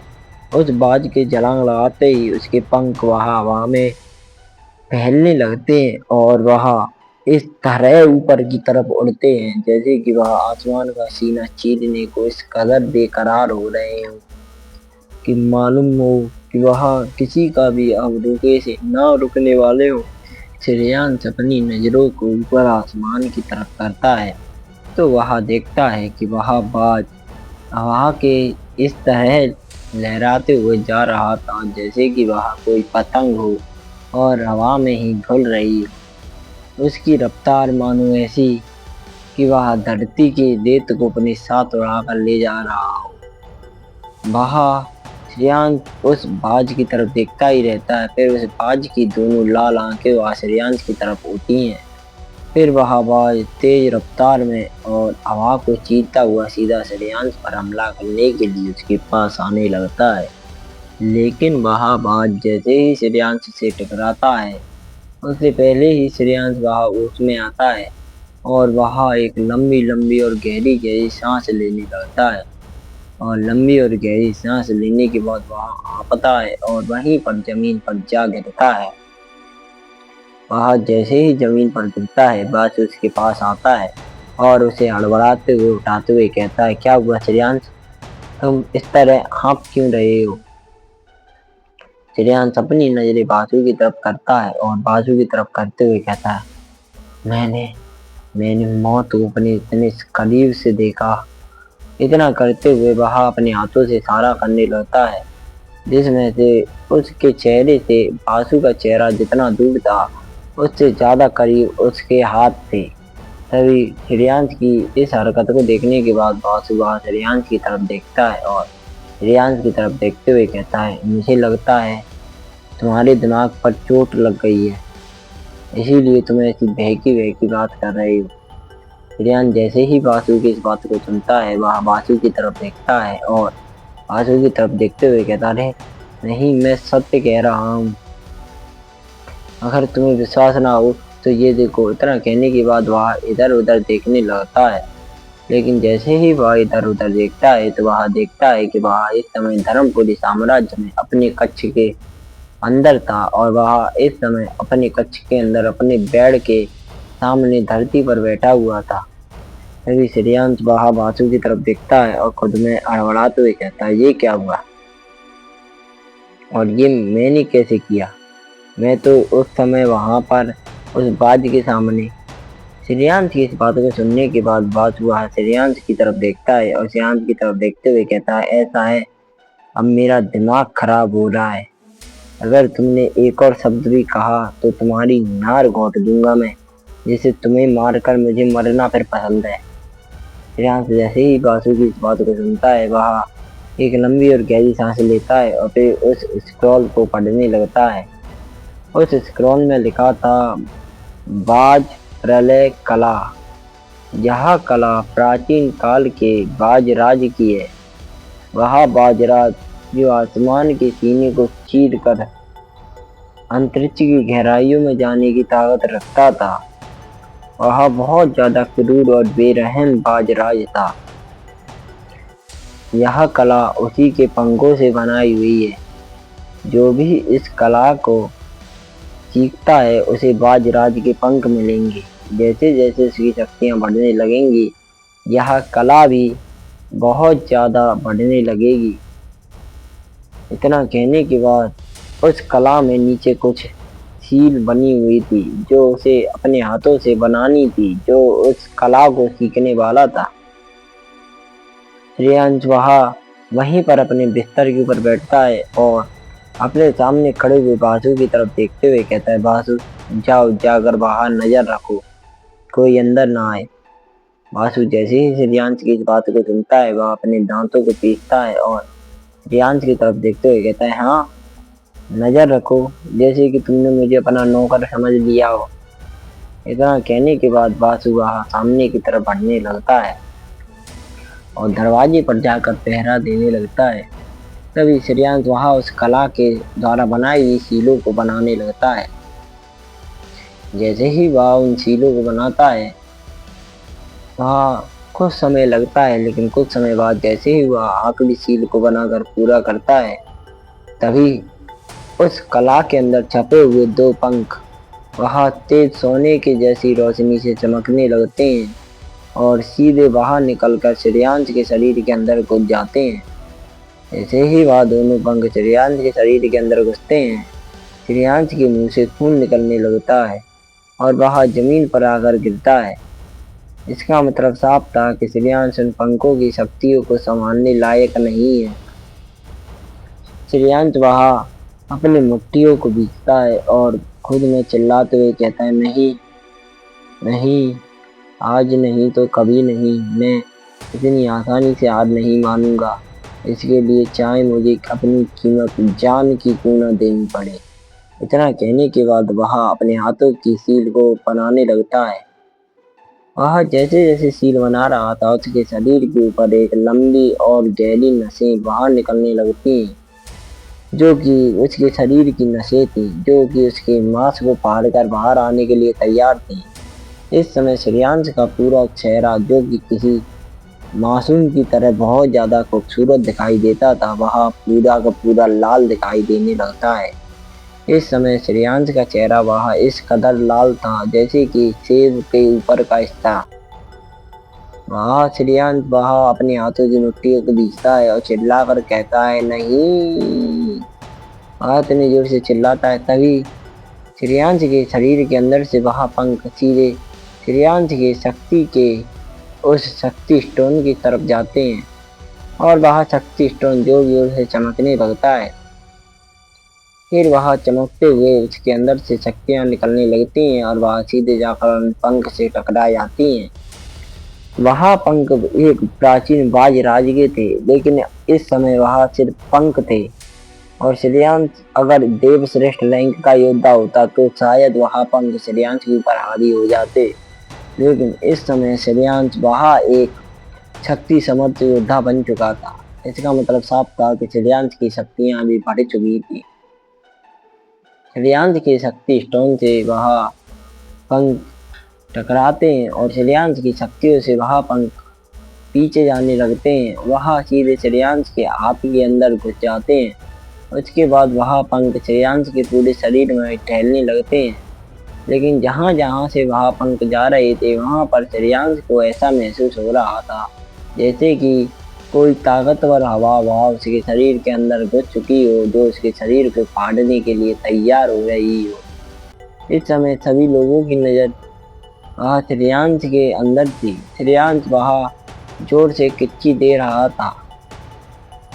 श्रेयांश की इस हालत को देखने के बाद वहीं खड़ा बासु भी अड़बड़ा जाता है और बासु श्रेयांश की तरफ देखते हुए मन ही मन कहता है, अगर इसे कुछ हुआ तो मैं भी साथ ही साथ मारा जाऊंगा। नहीं, मैं इसे कुछ नहीं होने दे सकता। इतना कहने के बाद वह सामने की तरफ देखता है। वह देख पा रहा था श्रेयांश का वह शक्ति स्टोन, जो कि किसी चौकूटे तरीके का है, वह अब धीरे धीरे फीका पड़ रहा है। इसका मतलब साफ है कि श्रेयांश की शक्तियां वह खत्म हो रही हैं।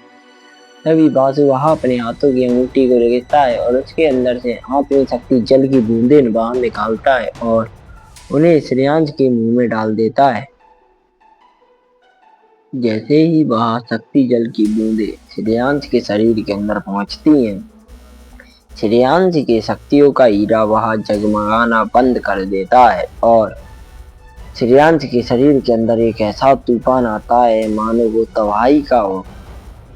और वह सभी शक्ति जल की बूंदें जो श्रेयांश के शक्ति हीरे ने जगमगाना बंद कर दिया था, वह उसी के पास जाती हैं और उस शक्ति हीरे के अंदर समाने लगती हैं। देखते ही देखते वह सभी बूंदें शक्ति हीरे के अंदर समाने लगती हैं और वह शक्ति हीरा, जो कि किसी शांत पड़े हुए चूहे की तरह शांत हो गया था और फीका पड़ गया था, वह जगमगाने लगता है और वह नीले कलर से चमकने लगता है। और श्रेयांश के शरीर के अंदर मचा रहे वह तबाही वाले पंख, वह जो श्रेयांश के शरीर को फाड़ कर बाहर निकलने को तैयार हो रहे थे, वह पंख दब जाते हैं और वह श्रेयांश के शरीर के अंदर ही घूमने लगते हैं। फिर वह शक्तियों का हीरा अपने अंदर शक्तियों को बाहर निकालता है और उन पंखों पर हमला करना फिर से शुरू कर देता है। वह पंख श्रेयांश के शक्तियों के हीरे से लड़ लड़ कर परेशान हो चुके थे। अब फिर से शक्तियों का हीरा पूरी तरीके से चालू हो चुका था, तो इसका मतलब साफ था कि अब वह पंख जीत नहीं पाते। तभी श्रेयांश भी, जो उसकी हालत कुछ समय तक पहले तक बहुत ज़्यादा खराब हो रही थी, वह अब इस चीज़ को देखता है और वह अपनी आंखें बंद करके तुरंत फिर से वह सीलें बनाने लगता है। श्रेयांश के द्वारा सील बनाते ही वे सभी शक्तियों के पंख जो प्राचीन बाघ राज के थे, वह श्रेयांश के हाथ से होते हुए सीधे श्रेयांश के पीठ पर पहुंचते हैं और किसी सुनहरी रोशनी के साथ वह श्रेयांश की पीठ पर आकर चिपक जाते हैं। इस समय श्रेयांश की पीठ के ऊपर एक टैटू बन चुका था, जिस पर दो सोने जैसे चमकते हुए पंख वह बने हुए थे। तभी श्रेयांश वह बहुत ज़्यादा जोर जोर से हाँफता है और हाँफते हुए अपनी एक लंबी सांस लेता है और सांस छोड़ता है। उसके बाद उसकी नज़र सीधा बासु के ऊपर जाती है और वह बासु की तरफ देखते हुए कहता है, धन्यवाद तुम्हारा मेरे मित्र, अगर तुम ऐसा नहीं करते तो शायद मैं यहाँ तक जीवित ना होता। बासु जैसे ही श्रेयांश की इस बात को सुनता है, वह श्रेयांश की तरफ देखते हुए कहता है, हाँ तुम भी जीवित ना होते और साथ ही साथ मुझे भी साथ लेकर मरते। क्या फफूंद है मेरे साथ। अब मुझे खुद को तो खुद को तुम्हें भी बचाना होगा। इतना कहने के बाद वह श्रेयांश की तरफ दिखता है। तभी श्रेयांश वह बासु की इस बात को सुनता है और सुनते हुए कहता है, मैं जल्द से जल्द इस चीज का तोड़ निकाल लूंगा, जिससे तुम और मैं दोनों अलग अलग हो जाएंगे। लेकिन इसके लिए हमें पहले इस प्रतियोगिता को जीत कर सबसे पहले अपनी अपनी शक्तियों को बढ़ाने पर ध्यान देना होगा। श्रेयांश के मुंह से इस बात को सुनने के बाद बासु वह श्रेयांश की तरफ देखता है और श्रेयांश की तरफ देखते हुए कहता है, तो अब तुम्हारे दिमाग में क्या चल रहा है। श्रेयांश जैसे ही बासु की इस बात को सुनता है, वह बासु की तरफ देखता है और एक लंबी और गहरी सांस लेने के बाद वह वहीं पर बिस्तर पर लेट जाता है और बासु की तरफ देखते हुए वासी लेता है और वासी लेते हुए कहता है, अब मैं ये सोच रहा था कि पहले विश्राम कर लें, उसके बाद ही कुछ और करेंगे। इतना करने के बाद वह वासी लेता है और वहीं पर बिस्तर पर सो जाता है। श्रेयांश जैसे ही बिस्तर पर सोता है, बासु वहां श्रेयांश की तरफ देखता है और श्रेयांश की तरफ देखते हुए कहता है, कैसे बनेगा रे तू महारचक, तू इतना ज्यादा आलसी है। अब मुझे तो ऐसा लगता है कि इस यथार्थ की पूरी जिम्मेदारी कहीं मुझे अपने इन दोनों नाजुक कंधों पर ना लूं। इतना कहने के बाद वहीं पर बासु के बगल में सो जाता है। वहाँ दोनों सो जाते हैं। उन दोनों के सो जाने के बाद वहाँ पर एक परछाई दिखने लगती है। वहाँ परछाई किसी और की नहीं बल्कि सिया की थी। सिया इस समय अपने सामने सो रही बासु की तरफ देखती है और उसकी नजर सीधा श्रेयांश पर जाकर डट जाती है और वह श्रेयांश की तरफ देखते हुए मुस्कुराती है और मुस्कुराते हुए कहती है, मुझे तुम्हारा इंतजार रहेगा अपने दल में। और शायद मैं तुमसे ना मिलने आ सकूं। तुम अपना ख्याल रखना और खबरदार जो अपनी जान खतरे में डाली तो। जहाँ कहने के बाद सिया वहाँ श्रेयांश की तरफ देखती है और उसके चेहरे पर एक प्यारी सी मुस्कुराहट आ जाती है और फिर वह वहाँ से गायब हो जाती है। सिया के वहाँ से जाने के बाद वहाँ पर एक गहरी और प्यारी शांति रहती है। देखते ही देखते एक दिन बीत जाता है और किसी को कुछ मालूम नहीं होता। दूसरे दिन हमें देखते हैं कि इस समय धर्मपुरी क्षेत्र के मैदान में भीड़ लगी हुई है और वहां पर सिंहासन के ऊपर एक व्यक्ति बैठा हुआ है जो कि ज्यादा बूढ़ा तो बिल्कुल नहीं लग रहा था। उसकी नजरें अपने सामने खड़े हुए एक लड़के के ऊपर थी। इस लड़के का नाम था दिगंतर और दिगंतर के ऊपर जिस व्यक्ति की नजर थी वह व्यक्ति कोई और नहीं बल्कि धर्मपुरी क्षेत्र का सम्राट था। इस समय दिगंतर वहां मैदान में खड़ा हुआ था और उसके चेहरे पर एक बहुत ज्यादा गुरूर दिखाई दे रहा था। दिगंतर के चेहरे पर दिख रहे इस गुरूर को देखने के बाद वह लीडर दिगंतर की तरफ देखता है और खुद में मन ही मन बड़बड़ाते हुए कहता है, यह लड़का बहुत ज्यादा ताकतवर है, लेकिन अगर यह लड़का इस तरह गुरूर में रहा तो कहीं इसे कोई धूल चटाने वाला ना आ जाए। इतना कहते हुए वह दिगंतर की तरफ देखते हैं। इस समय दिगंतर वह गुरूर में था, वह सामने की तरफ देखता है। तभी सामने की तरफ वहाँ सभी लोगों की नजर जाती है तो वहाँ देखते हैं कि वहाँ से एक लड़का वह धीरे धीरे चलता हुआ मैदान की तरफ आ रहा था। वह लड़का कोई और नहीं बल्कि श्रेयांश था। श्रेयांश इस समय धीरे धीरे अपने कदमों को बढ़ाते हुए मैदान की तरफ बढ़ रहा था। श्रेयांश बहुत ज्यादा धीरे धीरे चल रहा था और उसके कदमों में एक ऐसी शांति थी कि मानो उसे किसी भी चीज की कोई टेंशन ही ना हो। श्रेयांश धीरे धीरे वहाँ उसी मैदान में आता है और अपने सामने खड़े हुए लड़के यानी दिगंतर की तरफ देखता है। फिर वह दिगंतर की तरफ देखते हुए अपनी नजरें वहाँ पर बैठे हुए महाराज की तरफ करता है और उनके सामने हाथ जोड़कर उनका अभिवंदन करता है। महाराज वहाँ श्रेयांश की तरफ देखते हैं और श्रेयांश की तरफ देखते हुए कहते हैं, लड़के तुम बहुत ज्यादा ताकतवर हो, इस चीज को मैं मानूंगा। अगर तुम मेरे इस सेनापति यानी दिगंतर को हरा सके तो मैं खुद तुम्हें अपनी सेना में भर्ती करने का निमंत्रण दूंगा। श्रेयांश जैसे ही उनकी इस बात को सुनता है वह महाराज की तरफ देखता है और इसकी आंखों में एक खुशी साफ साफ चमक रही थी। तभी श्रेयांश वह दिगंतर की तरफ देखता है और दिगंतर की तरफ देखते हुए कहता है, तो दिगंतर भाई अब आपका क्या कहना है। दिगंतर वह श्रेयांश की तरफ देखता है, श्रेयांश की तरफ देखते हुए कहता है, अच्छा है, शक्ति समर्थ का दूसरा सितारा। चल अच्छा है लड़के, मैं भी शक्ति समर्थ के तीसरे सितारे पर पहुंचने वाला हूँ या फिर पहुंच गया। वहाँ इतना कहने के बाद वह सीधा श्रेयांश की तरफ देखता है। श्रेयांश उसकी इस बात को सुनता है और उसकी इस बात को सुनने के बाद कहता है, चलो देखते हैं क्या होता है। इतना कहने के बाद श्रेयांश वहाँ अपने पैर को जमीन पर मारता है और सीधा पीछे की तरफ बढ़ जाता है। श्रेयांश को पीछा होता देखकर दिगंतर भी वहाँ भी अपनी जगह से थोड़ा पीछे होता है और वहाँ दोनों एक समय एक दूसरे के सामने खड़े हुए थे। तभी धर्मपुरी क्षेत्र के महाराज वहाँ अपनी जगह पर खड़े होते हैं और सामने की तरफ देखते हुए कहते हैं, तो लड़के श्रेयांश, तुम कहाँ से आए हो यह चीज मैं नहीं जानता, लेकिन इस लड़ाई में जीतना ही सब कुछ है। और मैं तुम दोनों से उम्मीद करूंगा कि तुम दोनों बहुत ज्यादा ताकतवर हो, इसलिए तुम दोनों किसी दूसरे को जान से मारने की कोशिश ना करो तो बेहतर होगा।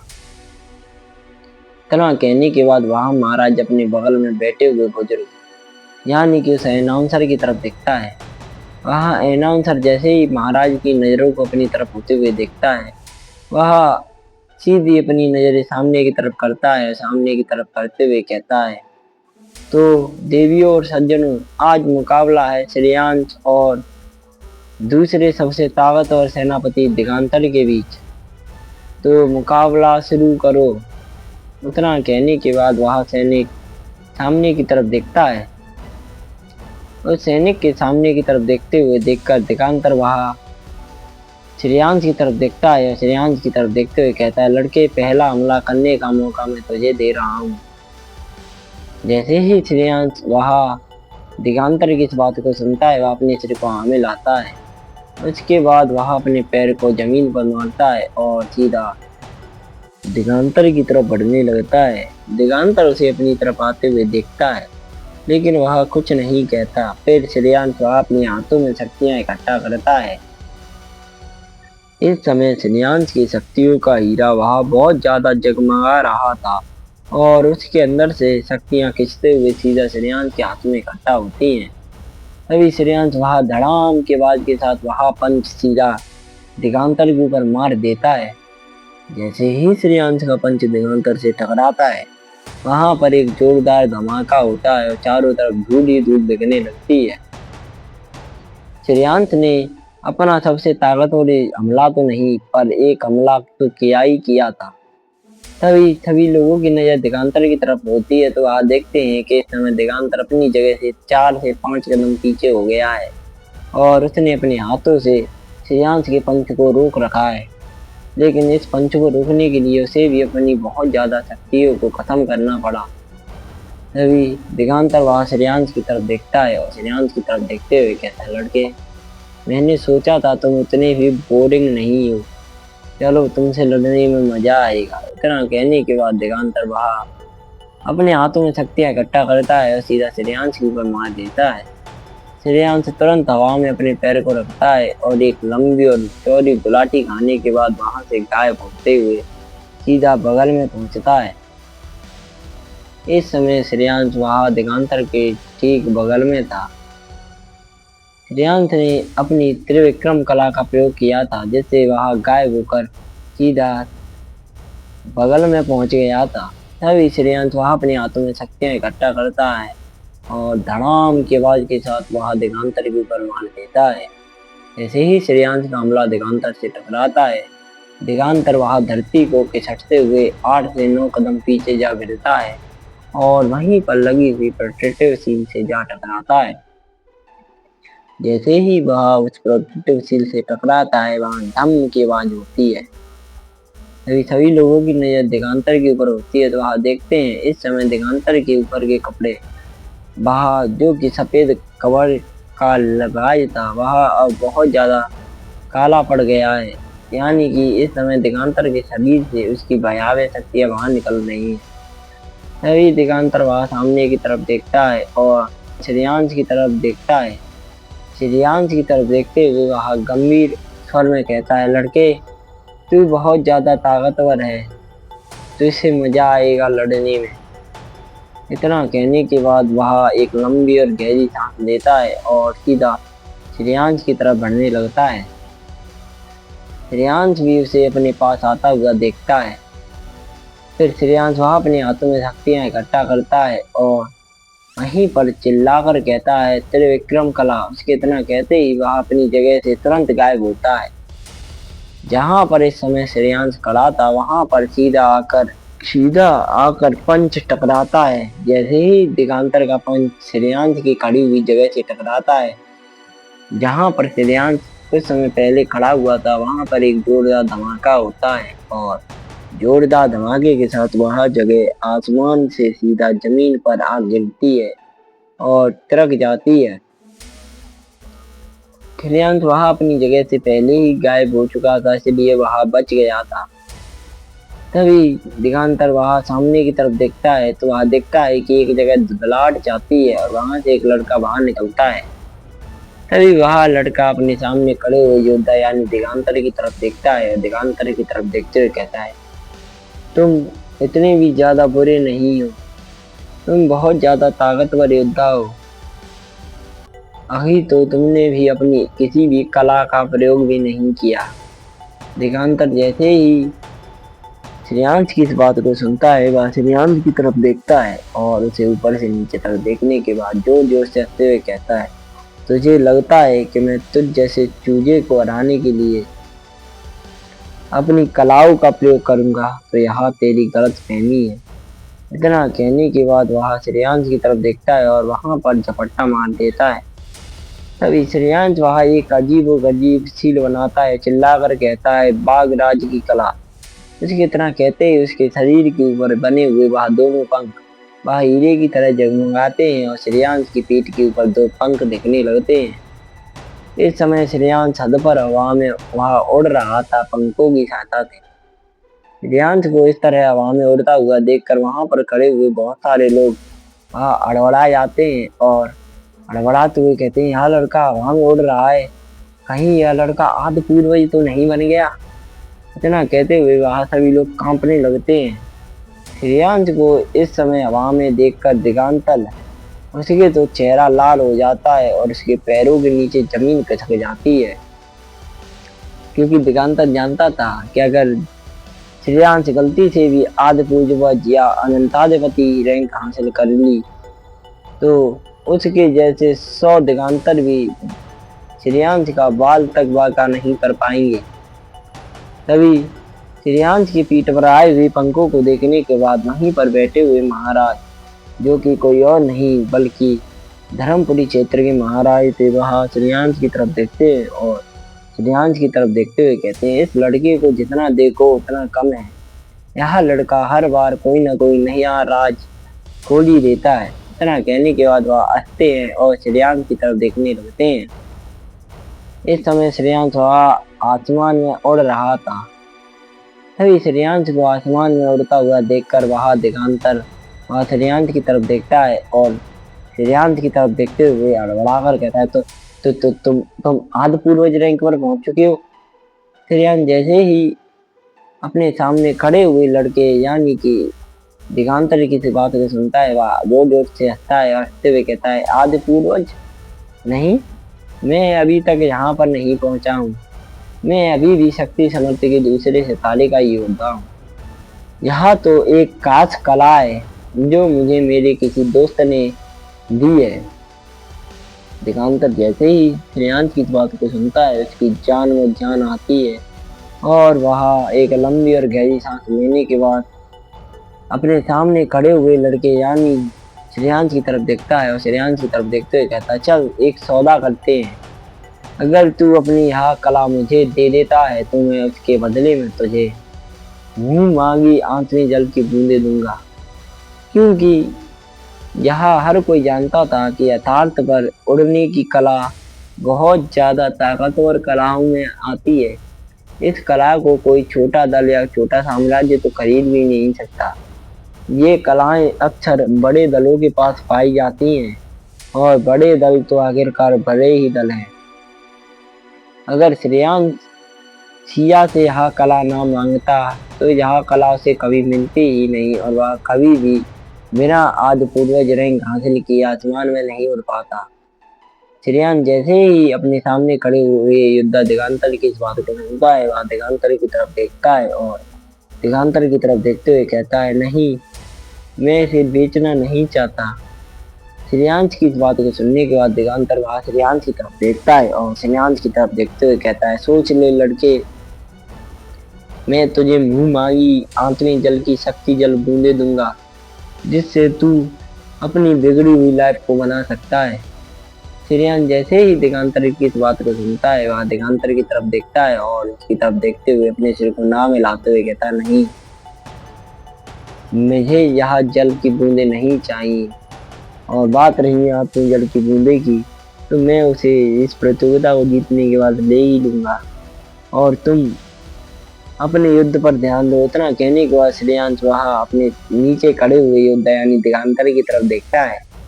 दिगांतर वहां श्रेयांश की इस बात को सुनता है और लंबी और गहरी सांस लेने के बाद उसकी आंखों में बेरहमी और क्रूरता और एक चालाकी भरी मुस्कुराहट दिखाई देने लगती है। फिर वह श्रेयांश की तरफ देखता है और श्रेयांश की तरफ देखते हुए कहता, तो ठीक है, फिर मैं तुझे मार कर इस कला को ले लूंगा। भाई इस स्टोरी को बीच में रोकने के लिए मैं माफी चाहता हूं, मैं आपका छोटा योगदान कर दे भाई, यही बोल रहा था भाई। जिन स्टोरी को रिकॉर्ड करने में मेहनत लगती है इसके लिए आप प्लीज एक सब्सक्राइब कर दिया करो, इससे आपके पैसे भी नहीं लगते। और इसके अलावा दूसरी बात यह है भाई कि मेरी सीजन 1 की स्टोरी मेरे टेलीग्राम चैनल पर डली है। अगर जिसको भी सीजन 1 की सारी स्टोरी सुननी है वो मेरे टेलीग्राम चैनल को ज्वाइन कर ले, जिसका लिंक किसी वीडियो के नीचे मिल जाएगा। तो बिना किसी बकवास के वीडियो करते हैं स्टार्ट। तो अब आगे श्रेयांश वहां इस समय 2 पंखों की मदद से आसमान में ऊपर उड़ रहा था। वहीं नीचे दिगांतर खड़ा हुआ उसे देख रहा था। श्रेयांश देख पा रहा था कि दिगांतर उसे जलन भरी नजरों से देख रहा है। तभी दिगांतर वहां श्रेयांश की तरफ देखता है और श्रेयांश की तरफ देखते हुए कहता है, तो एक और बार सोच ले लड़के, वरना अंजाम बुरा होगा। श्रेयांश जैसे ही दिगांतर की बात को सुनता है श्रेयांश हंसने लगता है और हंसते हुए दिगांतर से कहता है, तुझे जो करना है तू वो कर ले और तेरे पर जो कुछ होता है मेरा वहाँ तू कर ले। मैंने कहा नहीं दूंगा तो मतलब नहीं दूंगा। इतना कहने के बाद वह दिगांतर की तरफ देखता है। दिगांतर जैसे ही श्रेयांश की इस बात को सुनता है वह अपने सिर को हल्का सा नीचे करता है। इसका मतलब साफ था कि वह श्रेयांश की इस बात से बहुत ज़्यादा गुस्सा हो गया था। तभी वह श्रेयांश की तरफ देखता है, श्रेयांश की तरफ देखते हुए कहता है, तो अच्छा ऐसी बात है तो ये ले, हम मेरे प्रहारों को सहने की ताकत रख। इतना कहते हुए वह श्रेयांश की तरफ गहरी और भारी आंखों से देखता है। श्रेयांश भी उसकी इस भव्य और भयंकर ताकत को देखने के बाद एक पल के लिए हड़बड़ा गया था, लेकिन श्रेयांश को फिर याद आता है कि वह भी यहाँ पर खड़े हुए योद्धा यानी कि दिगांतर की बराबर ही ताकतवर है। फिर श्रेयांश के चेहरे के ऊपर दिख रहा वह तुरंत गायब हो जाता है और उसकी जगह एक मुस्कुराहट ले लेती है। यहाँ पर श्रेयांश और दिगांतर दोनों लड़ ही रहे थे, जबकि यहाँ से लाखों किलोमीटर ऊपर आसमान की गहराइयों में ब्रह्मांड की एक जगह जहाँ पर चारों तरफ शून्य ही शून्य था यानी कि शांति और खुला आसमान, वहाँ पर एक लड़का और उसके साथ एक व्यक्ति खड़ा हुआ था। वह लड़का सामने की तरफ देखता है और सामने की तरफ देखते हुए कहता है, आपको पक्का विश्वास है? तभी उसके बगल में खड़ा हुआ वह व्यक्ति वह सामने की तरफ देखता है और सामने की तरफ देखते हुए कहता है, हाँ मैंने कहा, मुझे पूरा का पूरा विश्वास है। इतना कहने के बाद वह सामने की तरफ देखता है।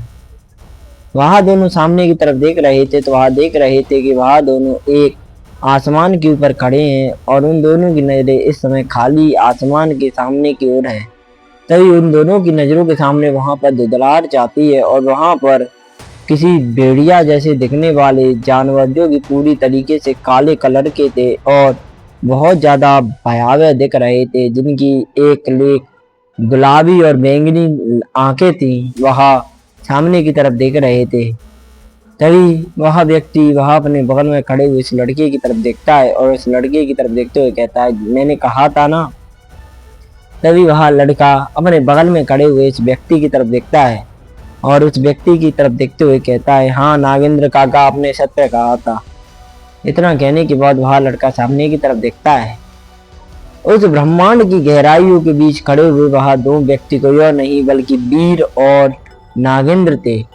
वह दोनों अपने सामने आए हुए उन अंधेरे के शैतानों से लड़ने की ताकत इकट्ठा कर रहे थे और उन अंधेरे के शैतानों को रोक रहे थे जो उनके ब्रह्मांड पर घुसने आया था।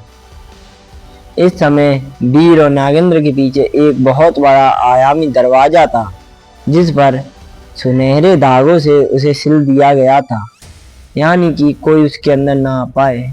वह आयामी दरवाजा इस दरवाजे से उस दरवाजे की ओर था, यानी यहाँ जो शैतान लोक है वहाँ से प्लूटो के आसपास का वह शैतान आयामी रास्ता था।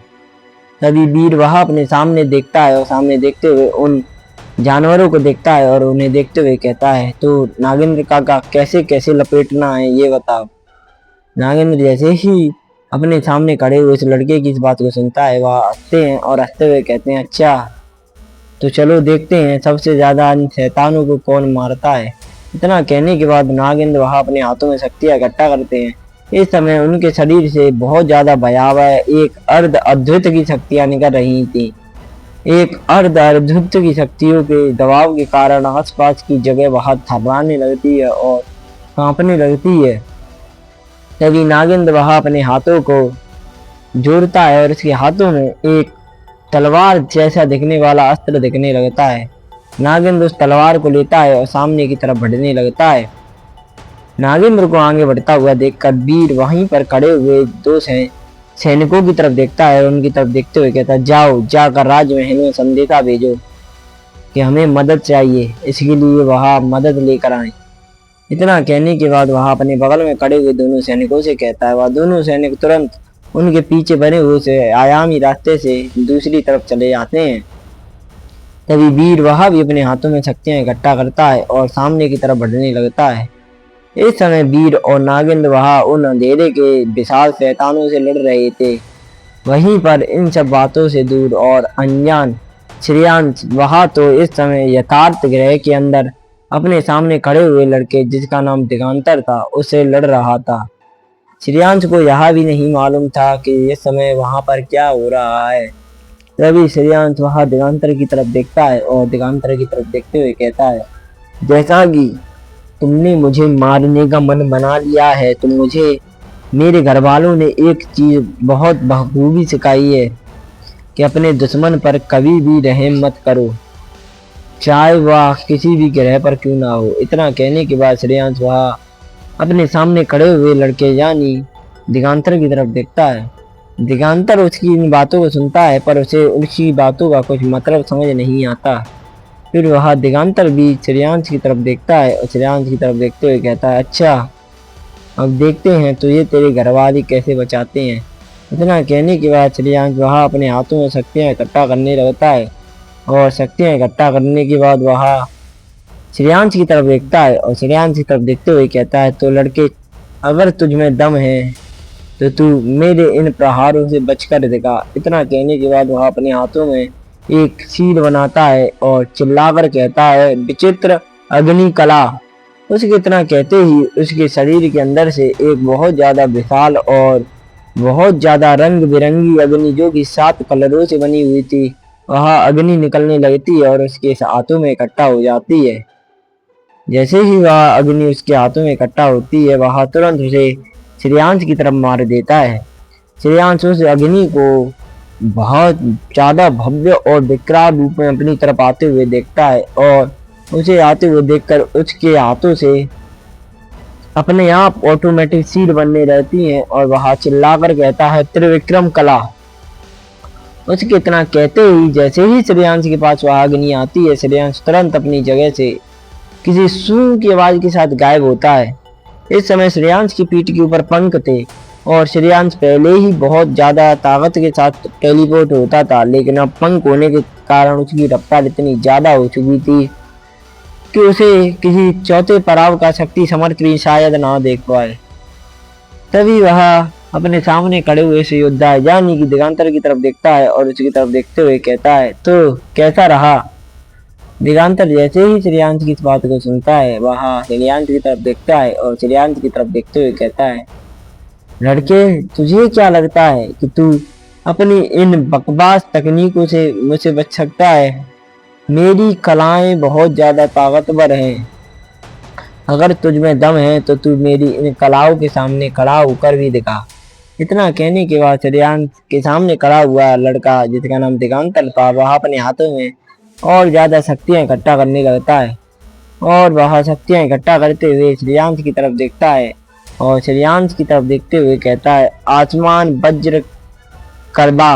उसके इतना कहते ही आसमान में वह बीच से फट जाता है और उसके अंदर से एक गदा जो कि किसी सोने की तरह चमक रही थी और उसके अंदर से बहुत ज्यादा शक्तियां वह दिख रही थी वह सीधा श्रेयांश की तरफ बढ़ने लगती है। श्रेयांश जैसे ही उस गदा के हमले को अपनी तरफ आता हुआ देखता है श्रेयांश वह हड़बड़ाता है और अपने हाथों से अचानक शील बनाने लगता है। उसके हाथों से सील बनाते ही वह चिल्लाकर कहता है, पद्मनाभम कला। उसके इतना कहते ही उसके हाथों के अंदर से एक नीली और सुनहरे रंग की एक ऊर्जा की ऐसी भयावह तरंग निकलती है जो सीधा जाकर उस गदा से टकराती है और वहां पर एक जोरदार धमाका होता है। जैसे ही वहां पर धमाका होता है, श्रेयांश उन सभी शक्तियों को देखता है और तुरंत अपने हाथों की सील बनाता है। उसके हाथों की सील बनाते ही श्रेयांश के सिर के ऊपर एक आंख दिखने लगती है। तभी श्रेयांश वहां चिल्लाकर कहता है, त्रिलोचन कला। उसके इतना कहते ही वह शक्तियां जो इधर उधर फैल रही थी वह सीधा श्रेयांश के हाथों में इकट्ठा होने लगती हैं और उसके शक्तियों के हीरे के पास जाने लगती हैं। तभी श्रेयांश को इतनी शक्तियों को अपने शरीर के अंदर खींचता हुआ देखकर वह लड़का जिसका नाम दिगंतर था वह जोर जोर से हंसता है और श्रेयांश की तरफ देखते हुए कहता है, मुझे लगा था कि मुझे तुझे जान से मारना पड़ेगा, लेकिन लड़के अब तुझे देखकर लगता है कि मुझे तुझे जान से मारने की कोई जरूरत ही नहीं। इतना कहने के बाद वह जोर जोर से हंसने लगता है। फिर हंसते हुए वह श्रेयांश की तरफ देखता है और श्रेयांश की तरफ देखते हुए कहता है, तो लड़के अब तेरा अंत नजदीक है। इतना कहने के बाद वह जोर जोर से हंसता है। श्रेयांश उसकी इस बात को सुनता है और श्रेयांश उसकी तरफ देखता है और हंसते हुए कहता है, अच्छा तुझे लगता है कि तू अपने मामूली हमलों से मुझे मारना तो दूर छू नहीं सकता है, चल यहाँ तेरी औकात से बाहर है। श्रेयांश के द्वारा अपनी बेइज्जती होते हुए देखकर वह लड़का दिगंतर वह अड़बड़ा जाता है और श्रेयांश की तरफ देखते हुए कहता है, लड़के तुझे बहुत ज्यादा गुरूर है अपनी शक्तियों पर, चल तेरी आज इन शक्तियों को ही खत्म करते हैं और देखते हैं कि तू कितना ज्यादा ताकतवर है जिसे तू अपनी शक्तियों पर इतना ज्यादा घमंड करता है। इतना कहने के बाद वह श्रेयांश की तरफ देखता है। श्रेयांश जैसे ही उसकी इस बात को सुनता है वह अड़कता है और असमझाते हुए कहता है, अच्छा तुझे लगता है कि तू अपने इन मामूली हमलों से मुझे छू भी पाएगा। जैसे ही वह श्रेयांश की इस बात को सुनता है वह लड़का अपने दांतों को पीसता है और अपने हाथों में सील बनाते हुए कहता है, वज्र महाकाय कला। उसके इतना कहते ही उसके शरीर के अंदर से एक सोने से चमकता हुआ जैसा दिखने वाला एक कांटों जैसा दिखने वाला एक लकड़ी का वज्र निकलता है जो हवा को चीरते हुए और आयाम में दरारें लाते हुए सीधा श्रेयांश की तरफ बढ़ने लगता है। श्रेयांश बेचारा क्या करे, उसके पास सिर्फ युद्धादेव के दिए हुए वही 3 हमले थे जिनसे वह लड़ता था और युद्धादेव ने उसे जो चौथा हमला दिया था रुद्र प्रलय, वह श्रेयांश ने सीखा ही नहीं था तबाही की वजह से। तभी श्रेयांश वह उस हमले की तरफ देखता है और उसकी तरफ देखते हुए कहता है, यह बहुत ज्यादा ताकतवर हमला है, मानना पड़ेगा। इतना कहने के बाद वह फिर अपने हाथों की सील बदलता है, चिल्लाकर कहता है, पद्मनाभम कला। उसके इतना कहते ही उसके हाथों से एक नीले और सुनहरे रंग की ऊर्जा की तरंग निकलती है और सीधा जाकर उस वज्र के पास जाकर फट जाती है। लेकिन जैसे ही वह उस वज्र से के पास जाकर फटती है वह वज्र रुकता नहीं है, उसकी सिर्फ रफ्तार कम होती है। श्रेयांश वह हड़बड़ा जाता है और वह अपने पैरों को जमीन पर मारकर चिल्लाकर कहता है, त्रिविक्रम। उसके इतना कहते ही वह तुरंत अपनी जगह से गायब होता है, दूसरी जगह दिखने लगता है। लेकिन वह वज्र जैसे कि उसके अंदर कोई दिमाग हो या फिर कोई उसे कंट्रोल कर रहा हो। वह वज्र जैसे ही श्रेयांश को इधर से उधर होते हुए देखता है वह तुरंत जहां पर श्रेयांश टेलीपोर्ट होकर पहुंचा था वहीं पर जाने लगता है। श्रेयांश फिर से चिल्लाकर कहता है, पद्मनाभम कला। उसके इतना कहते ही फिर एक नीली और सुनहरे रंग की ऊर्जा की वेव निकलती है और वह फिर जाकर उसे टकराती है। ऐसे ही यह मुकाबला कुछ समय तक चलता है। श्रेयांश इधर फिर उधर भाग रहा था। श्रेयांश इस समय किसी डरपोक की तरह इधर उधर भाग रहा था, ऐसा उन सभी लोगों को लग रहा था। देखते ही देखते कुछ समय बाद श्रेयांश उस अस्त्र को तबाह कर देता है और जैसे ही श्रेयांश उस अस्त्र को तबाह करता है श्रेयांश तुरंत उस अस्त्र की शक्तियों को भी जो उस अस्त्र और श्रेयांश के हमलों की शक्तियां थी उन्हें इकट्ठा करता है और अपने शरीर के अंदर खींचता है।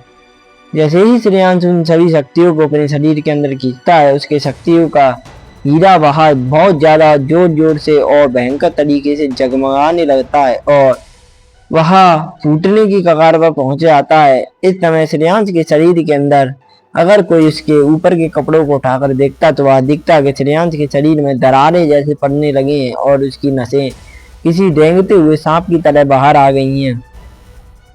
तभी वह व्यक्ति, वह जिसका नाम दिगांतर था, वह श्रेयांश की तरफ देखता है और श्रेयांश की तरफ देखते हुए कहता है, लड़के तू बहुत ज्यादा ताकतवर है, इसीलिए मैं तेरी बहुत ज्यादा इज्जत करने लगा हूँ। अगर तू अब हारता है तो उसे अपनी बहुत ज्यादा खुशकिस्मती ही समझना, क्योंकि तेरी वजह से आज मैं अपना सबसे ताकतवर हमला करने वाला हूँ। इतना कहने के बाद वह अपने हाथों की शक्तियां में बढ़ता है और चिल्लाकर कहता है, महाशक्ति अमोघ प्रतिछाया। उसके इतना कहते ही उसके शरीर के अंदर से उसकी शक्तियों का जो हीरा होता है वह बहुत ज्यादा रोशनी से जगमगाने लगता है और उसके शरीर से शक्तियां किसी वैक्यूम के अंदर घर का कूड़ा जाने की रफ्तार में भरभराकर चली आ रही थी। इस समय उसके शरीर से इतनी ज्यादा भयावह शक्तियां निकल रही थी कि मानो वह तूफान को निमंत्रण दे रहा हो। वह शक्तियां उसके पीछे एक भंवर में इकट्ठा होती हैं और देखते ही देखते वह एक शरीर का रूप ले लेती हैं। वह शरीर दिखने में बहुत ज्यादा भव्य दिख रहा था। वह बिल्कुल अपने सामने खड़े हुए योद्धा यानी दिगांतर की आत्मा जैसा दिख रहा था। वह बिल्कुल ज्यादा भव्य और विशाल दिख रहा था।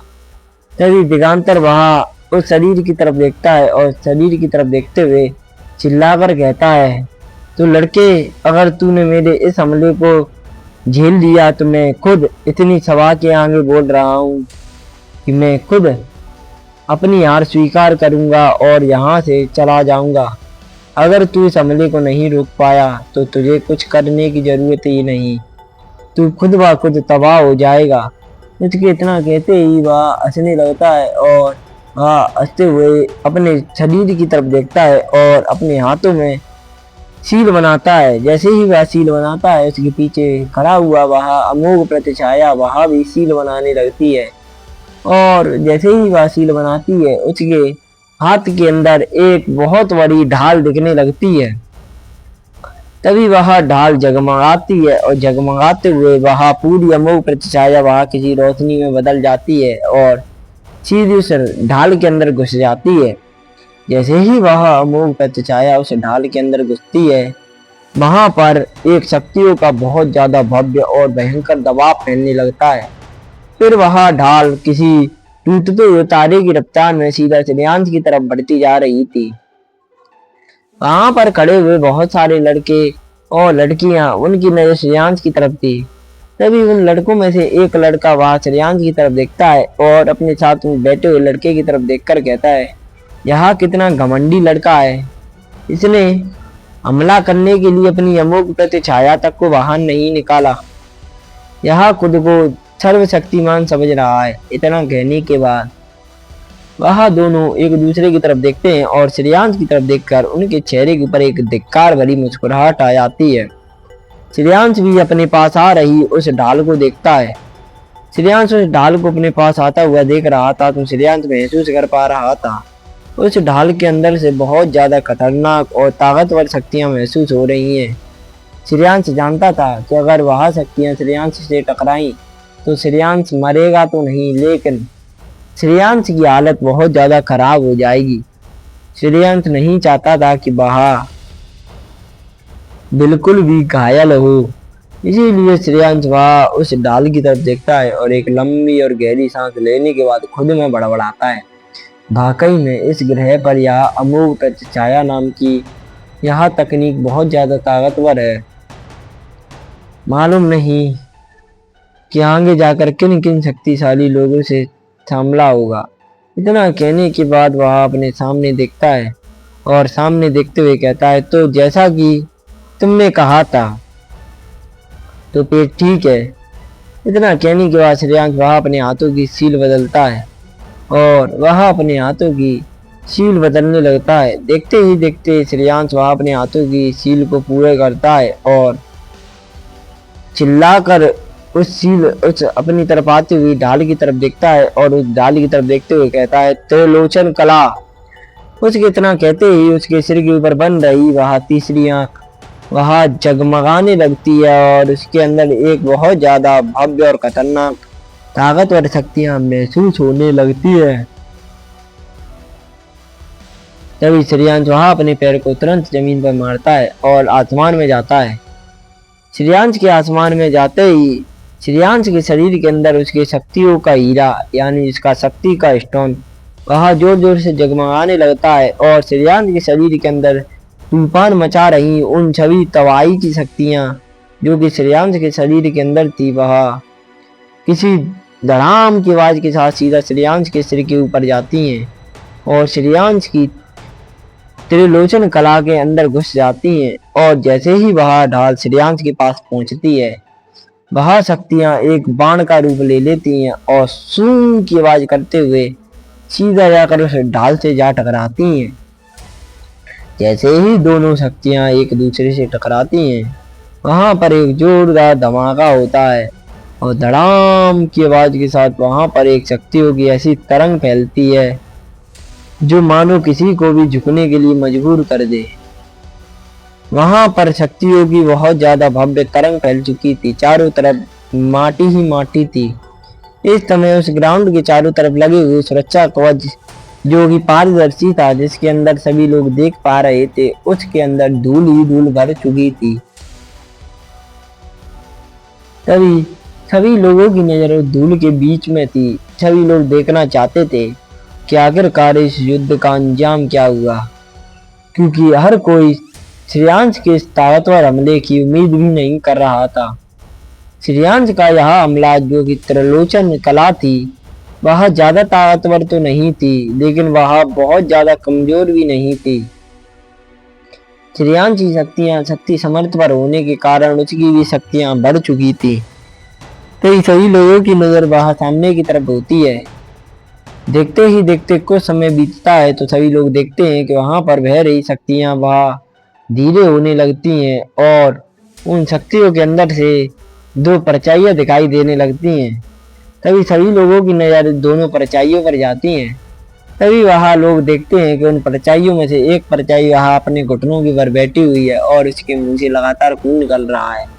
उसी में से दूसरी परछाई उसकी भी हालत ज्यादा ठीक नहीं है, वह भी अपने घुटनों के बल है और उसके हाथ के ऊपर एक बहुत ज्यादा जगमगाती हुई हरे कलर की तलवार है जो अपने ऊपर आ रही उस ढाल को बीच में रोके हुए है।